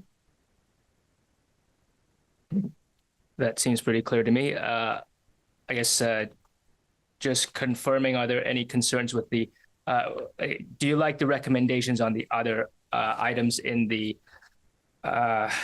memo, fire access, the footprint lots, and application requirements, including street trees and the professional land survey, and also the hard surface parking? One comment for the trees. Do we want to encourage people to plant private trees in the right of way, or to encourage them to keep it at the edge of the right of way? Again, thinking about if the city is then liable for maintaining it or wants to put in a sidewalk in the future. Or I think, well, so in a lot of places, like where there's already a sidewalk, there is often still right of way, and so that green strip between the sidewalk and the road. right, that would still count. Right, but then that would clearly be in the right of way. But it is true that if a street, like a shade tree, is planted where there is no sidewalk and the city wants to go in and put in a sidewalk, that would have to be chopped down. I think one of the benefits of street trees, one of the reasons why they're asked for by cities is because of providing shade to the public area, to shade the dark asphalt surfaces, to reduce urban heat island effects, and also to just make a more pleasant walk, which the closer it is to the streets, the more effective that is. So I kind of think where possible, it's actually a good thing for it to be in the city right of way. Okay. Yeah, I agree with your premise here in the survey, and it's an added complication if to say that fourplexes have to be a commercial level. I mean, I've got the feeling that the state's intent of adding number of dwelling units to a building is not to suddenly declare them all commercial buildings, but now to declare them more residential dwelling buildings and not make that onus of extra regulations. I mean, that's what we're hearing, that you got too many regulations, but it didn't require the survey except for when it tight quarters. That seems to make sense. Wait.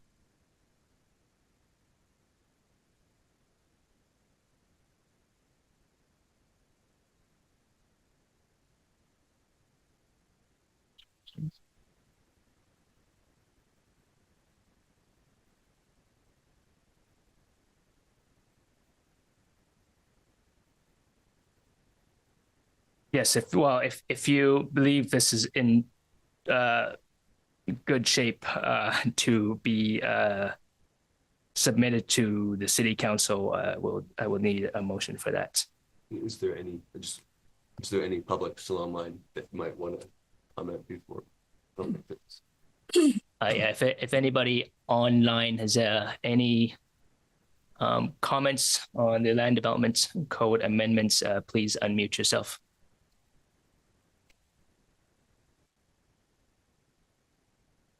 I think we're all good. I do have a question for the commission. There's a section in here of the land development code, it's section 502, and it talks about actions of the development review board and exceptions and waivers. And my question is what happens after staff has extended the permit for 6 months? How many extensions are allowed before it returns to the DRB for review? This is talking about, what is the official title here? I'm on page 61.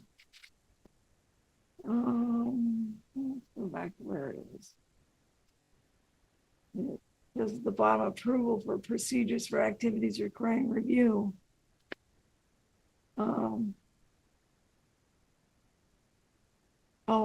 Food trucks there. But, what would happen? I mean, we're talking 6 months extension. What happens when I'm thinking of a building that was approved by staff that should have, after it sat for a while, should have come back to the DRB to have it reviewed versus just going forward without, because it sat for 2 years. It should probably come back. Are you talking about a site plan?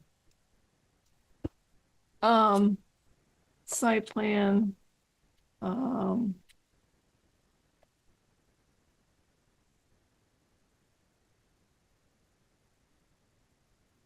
have number 9. The expiration of approval. Site plan approval shall expire 2 years after approval if the zoning permit application has not been made. Staff may approve an extension not to exceed 6 months upon receipt of a written request. So what happens if it sit? They could either get an extension, then it sits some more. I mean, if that is a question of how me in the position of zoning administrator would try to interpret that, I can answer that, but that does not. And I don't know if you're trying, if that is an LDC amendment issue, or if you're trying, if you're. Yeah, I'm just wondering if it needs an amendment, okay, and that making sure that it's thought through. So, the way I read it the way I see this, it says if a zoning permit, like it expires if a zoning permit has not been made.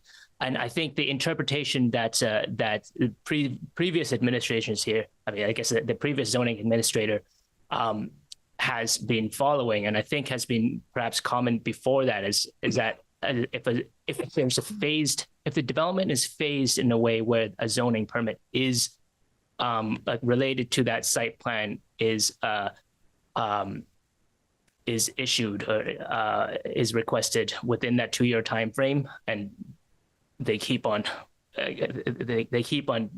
moving on to the next phase, the site plan remains valid. If that is not to be the case, I think there is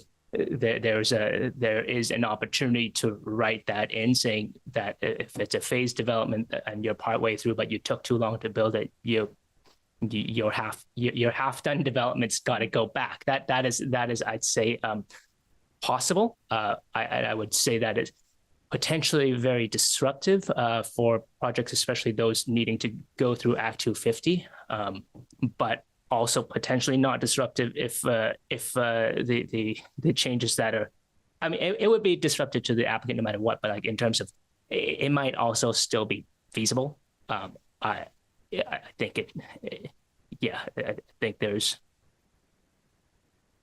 something to be said about these kind of phased developments that take many years to build. Right. Yeah, I'm concerned about ones that phase themselves over like 10 years of getting themselves together to do it. And I recognize we had really awful circumstances during COVID that kind of set everybody back. But on the other hand, we're not there anymore.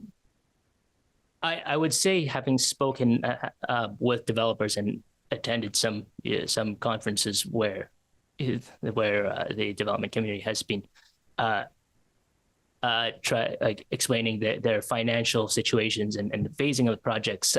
Sometimes things are, they like to get approvals to have things kind of turnkey ready, but the financing is just not always readily available, and there are many reasons why things slow down and have to sit for a year or longer before they can hire the labor or get the contractors to move forward. And if there is an additional rent is thrown in at that step, it may cause some problems. Than what it is. But also, I do see the frustration, and I certainly like dealing with plans that are quite old, and not understanding what has happened over time, or seeing that we have like there are new regulations that they're just now kind of grandfathered against, when it's clearly in the public interest to have the new. I see the frustration, but I think I would point out it has a potential to delay projects further and to ward off some I just investment. want to know if we needed to make an amendment or not, and it sounds like we'll just leave it alone. There could also be a limit set on it that is longer if it was really desired, that is within the edge of within what's reasonable, but doesn't let someone sit on the plan for 10 years, let's say. I would say I don't recall anything that has actually taken 10 years, but 5 years certainly has happened, especially with the COVID.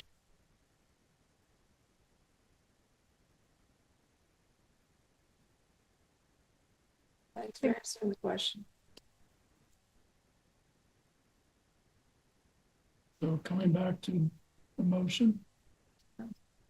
There is a recommended motion on the last page of the memo, if the planning commission is comfortable with it, and also with the understanding that if there are grammatical and copy error issues that are discovered, they can be fixed, and whatever the hand passes to me, I will integrate. Most of them are like adding an article in like saw the board.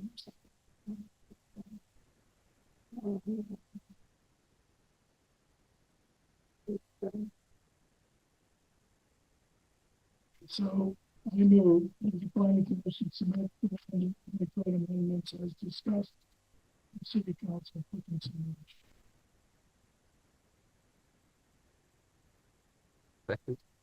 Thank you. Any further discussion on it? I think this was passed in your presentation. You talked about having a tapering of development from the high density core to the R2, and we still only have 4 permissible and M4 and the 3 in RO districts. But it seems like we're going to have to deal with that after the comprehensive planning process. I mean, that was by default my conservative approach. I mean, you can certainly provide direction otherwise, and the taper isn't there, right? Even under the, it would just match the R1 and R2 basically. If you wanted to create the taper, it would have to be higher than 4 as currently written. I think there is certainly a case for that. It is just not something I had put in there in the spirit of keeping things minor. But also there are many existing properties in the MF3 and RO districts that are above 4 already. So there's certainly an argument to be made that it is still very much minor and fitting with the existing development pattern to raise it above 4. I think that is actually no. I was going to mention that I was gonna bring up Robin Pierce's email, but actually his concern was more about setbacks and lot coverage, which is actually not addressed. I mean, the lot coverage is, I mean, it's slightly addressed with the pervious pavement provision on the definition, but for the most part, it is still limited at 40%. So the question I have is, the DRB has the leeway to make waivers of things. So would they be possible to make accommodations for increased density in MF4 and MF3? You could write that in there and write certain conditions. Yeah, or it's, you could also just have a higher number. Those are both feasible options. So I'm looking at it right now going, you may feel like this is technical, but technical corrections, but we've done some pretty substantial stuff beyond technical corrections that we've discussed over the last 6 months or better. So I'd rather, if there's some way to make this correction so that we don't have to come back to it, that allows the development to occur in that area, which seems to be that it should have more density to it. And here we are, the current circumstances would actually curtail that density and make it shorter. I'm feeling that it doesn't make the nice mirror pyramid. I think so you could work in all sorts of waiver language that could work. You'd have to think about whether, what that language needs to be, or it is also possible just to have a higher number. If it goes to, if you say 8 per lot, in some ways it's kind of strange that it's per lot, because you could have a small lot and 8 clearly won't fit, but there is still, with the lot coverage limits that still exist, with the height limits that still exist, what you can actually put in will that like there will be natural limits to what can fit in a certain lot, and it will not always be 8s, even if the absolute cap is just changed to 8.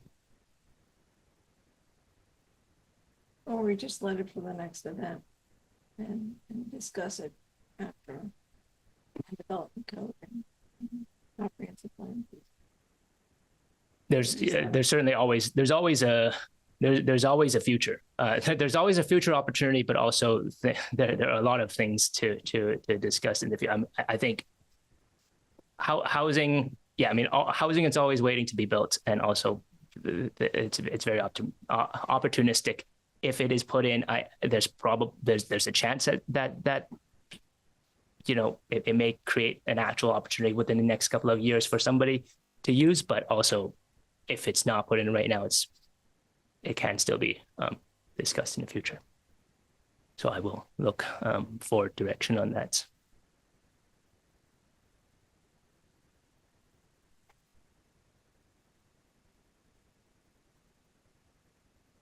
Gonna say like, I feel like changing it to 6 or 8 would feel like it fits within the spirit of that increase and might feel like a technical fix and could be adjusted again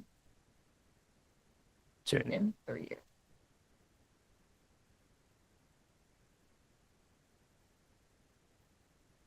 What those says? We know that some of the buildings are already at 8, but it might be a tight fit, but 6 might be doable.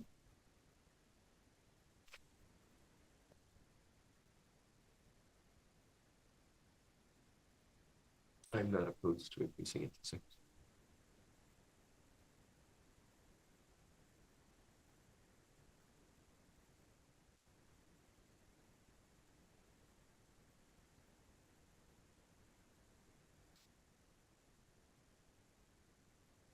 Basically, yeah.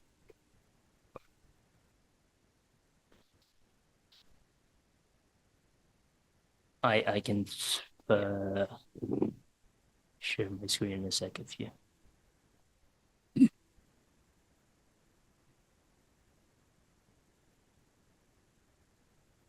Or just in terms of like, are there existing? I think that we saw some like 7-year.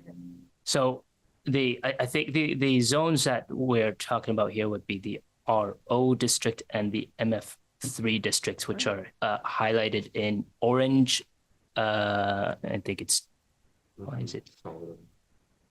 It's not quite.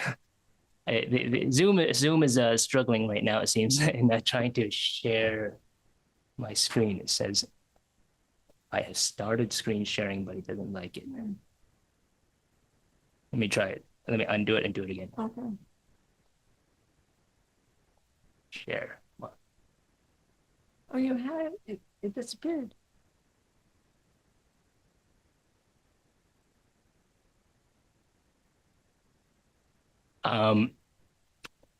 Well, here.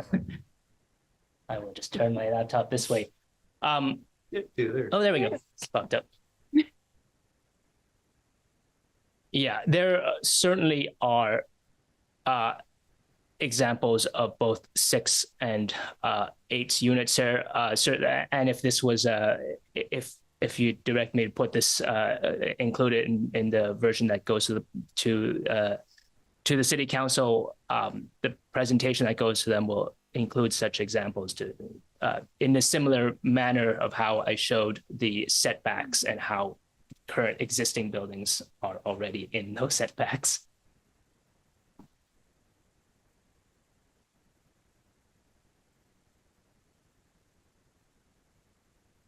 It would seem to concentrate the density toward the downtown area as opposed to now saying we could have more increased density across the whole thing. I mean, at least we're saying it's going to be grouped.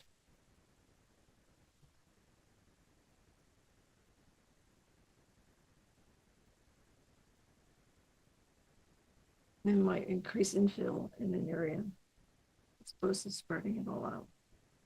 And that's what I'm thinking. So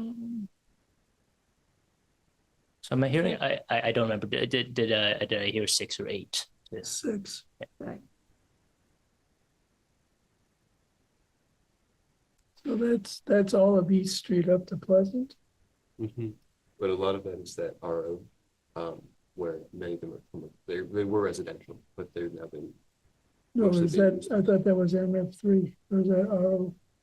RO is mixed residential office. No, I know, It's like a long- but I'm trying to, that street is, That's going all the way up to, is it Densmore? So RO is on the main, like on Main Street itself. yeah, and then, Whereas the kind of the wings that you see on this map, those are. but then MF3s. off of there is MF3, That's right. but it's a very small segment there. Yeah. Yeah. And you said Grove Street? So the south, the southwest from Grove, the south side of Grove is MF3. This is between Grove and. Oh, okay, between, yeah, going towards the village center. Yes. towards Yeah. the south.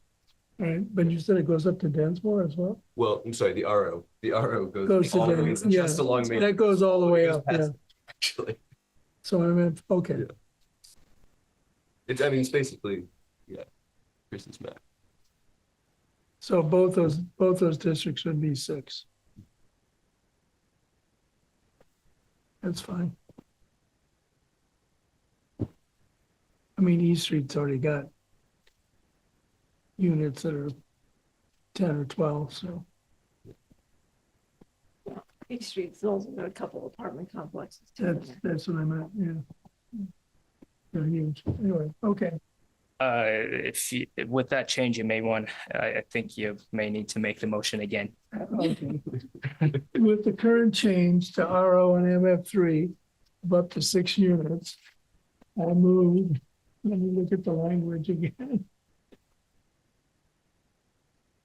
I move the planning commission submit the land development code amendments as discussed, including the amendments to RO and MF3 to 6 units, to the city council for consideration. But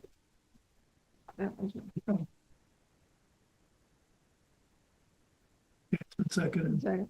All those in favor? aye. Any opposed? Motion carries. Thank you. All right. Well, I think we got a lot of work done today. I know. Okay, Global Foundries Battery Project letter. There was a letter included. I have a paper copy right here. That's if the planning commission is okay with that, what directs, I guess, Diane to sign this, can sign it and it can be done. This is the same kind of letter that was provided for the last solar project. I mean, the solar panel project in support of it. This is for the battery energy storage project associated with it. Right. So this is drafted with the constraints in mind? Yes. Well, I mean, it's the same constraints that were Discussed at the meeting? yeah. Well, actually, it's the same constraints that applied to the solar panels. Oh, okay. Well, since you find it important to have corrections of grammatical stuff, Yeah, you're not the vice chair, you're the chair. Yes, This- correct. This paper version has that fixed already. Oh, I okay. anticipated that.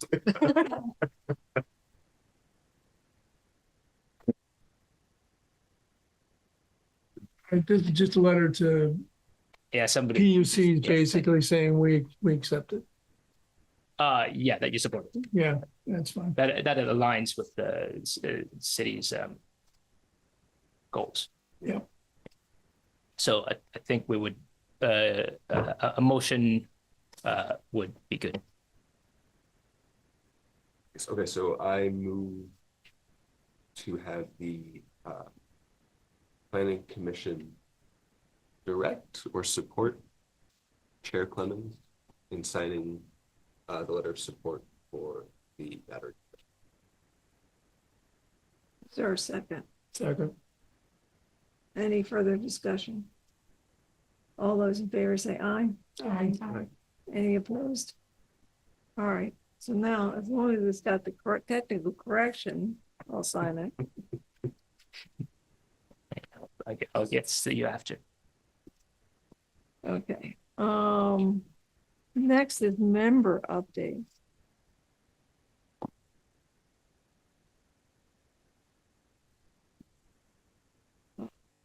Wow. I went to the A&R Municipal Day. Scott was there with me. It was actually quite interesting. And as usual, if anybody gets a chance to go down there, it's kind of feels like continuing ed, as opposed to, just something new.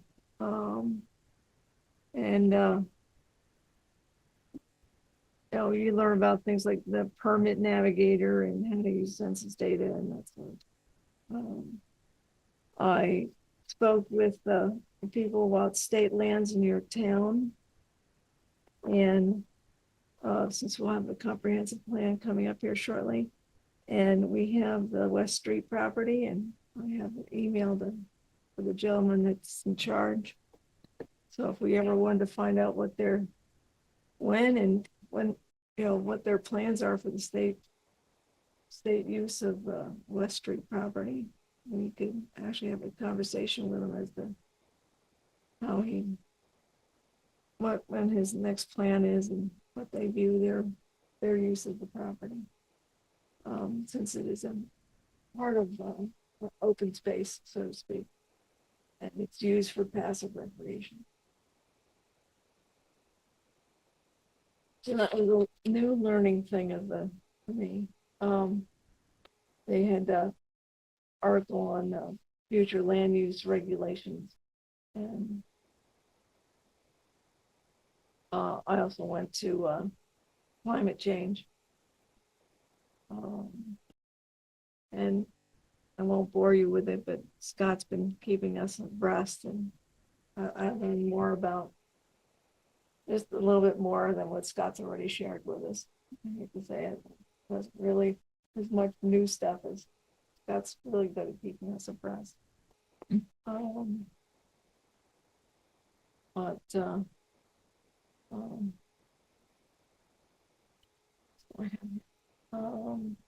learned about a lot of the Home Act and that sort of thing they talked about. And Act 181. What is interesting is going to be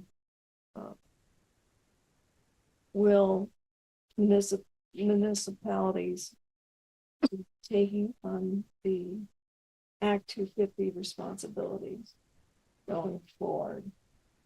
There's discussion about how much of the stands. In other words, the DRB would pass this and then goes on to Act 250. Would there be? There's always been talk about having simplifying regulations such that the local towns would then agree with some of the requirements of Act 250 and then put those in their requirements, eliminating some of the pressure for various developers to comply with all the stuff. In other words, cut down the double stuff. That was that. I look forward to seeing more of how that hands out. That would be interesting. Other than learning more about state land in my community. But I would actually, I'm low keying it, but it's very interesting to actually go there and see what the state's presenting. There's a lot of different topics on, and depending on what's, I did not attend all the stuff dealing with floods because we don't have that circumstances for the better parts, and our flood map is actually pretty much up to date as to things. A lot of communities found themselves not up to date on their flood map, but we've done that work because it's required, and we did it because for those who need to get the insurance, we provided that mechanism for them to get the insurance by being up to date. If you want to know about landfills and bears and bats, I can give you all kinds of information on that. I'm very good at sharing anything dealing with FDNR. So that's my update, other than I'm planning to go to the statewide housing conference on Thursday.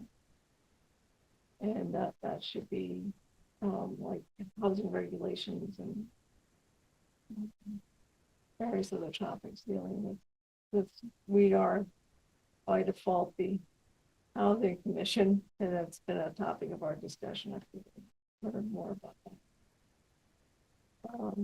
There's housing finance, but that might be the other one, Scott, is housing finance at the end of the day.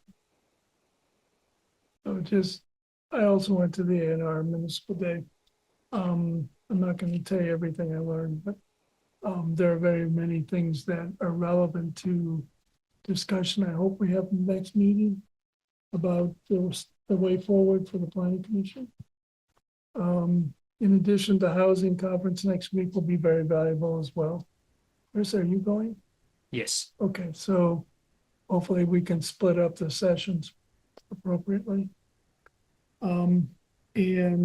Housing's also become a very big topic of the climate action plan subcommittees on how to look at future housing. And for me specifically, how to blend climate smart housing with affordable housing, so that you'll continue to build propane, oil, and natural gas housing that has to be converted sometime in the future, if we have a heat standard, which we may or may not.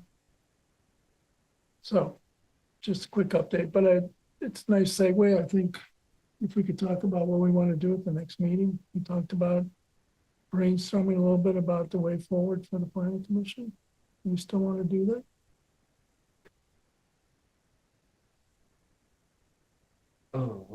Actually, along those lines, I had a small request for you, Chris, that could help inform it. It actually came up with a presentation from transit-oriented development, study, master plan, recommendations for possible ways forward. Who had been a commissioner here until he moved to town. He had looked into a public works grant specifically, maybe specifically, but intentionally for a mural. He had approached the landowner.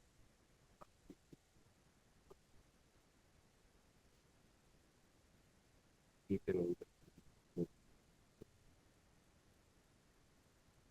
don't remember what council or something in the state. If you have any way of just looking into, I'm not sure which minutes, if you have a database that would prevent me from having to go into each meeting's minute just to figure out what grant he was looking into, I guess I could also just look at I still have that in my email. I can certainly pull it up. Actually, Diane. Yeah, that was one of my notes of myself here, was to contact Patrick and say, hey, where did you leave this? Yeah, just because so that we don't miss it potentially again. 25.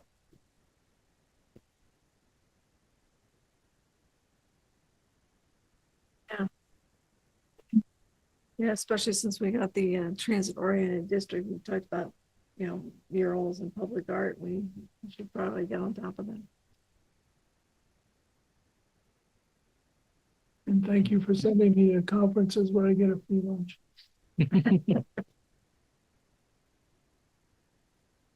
you have any other member updates? Oh.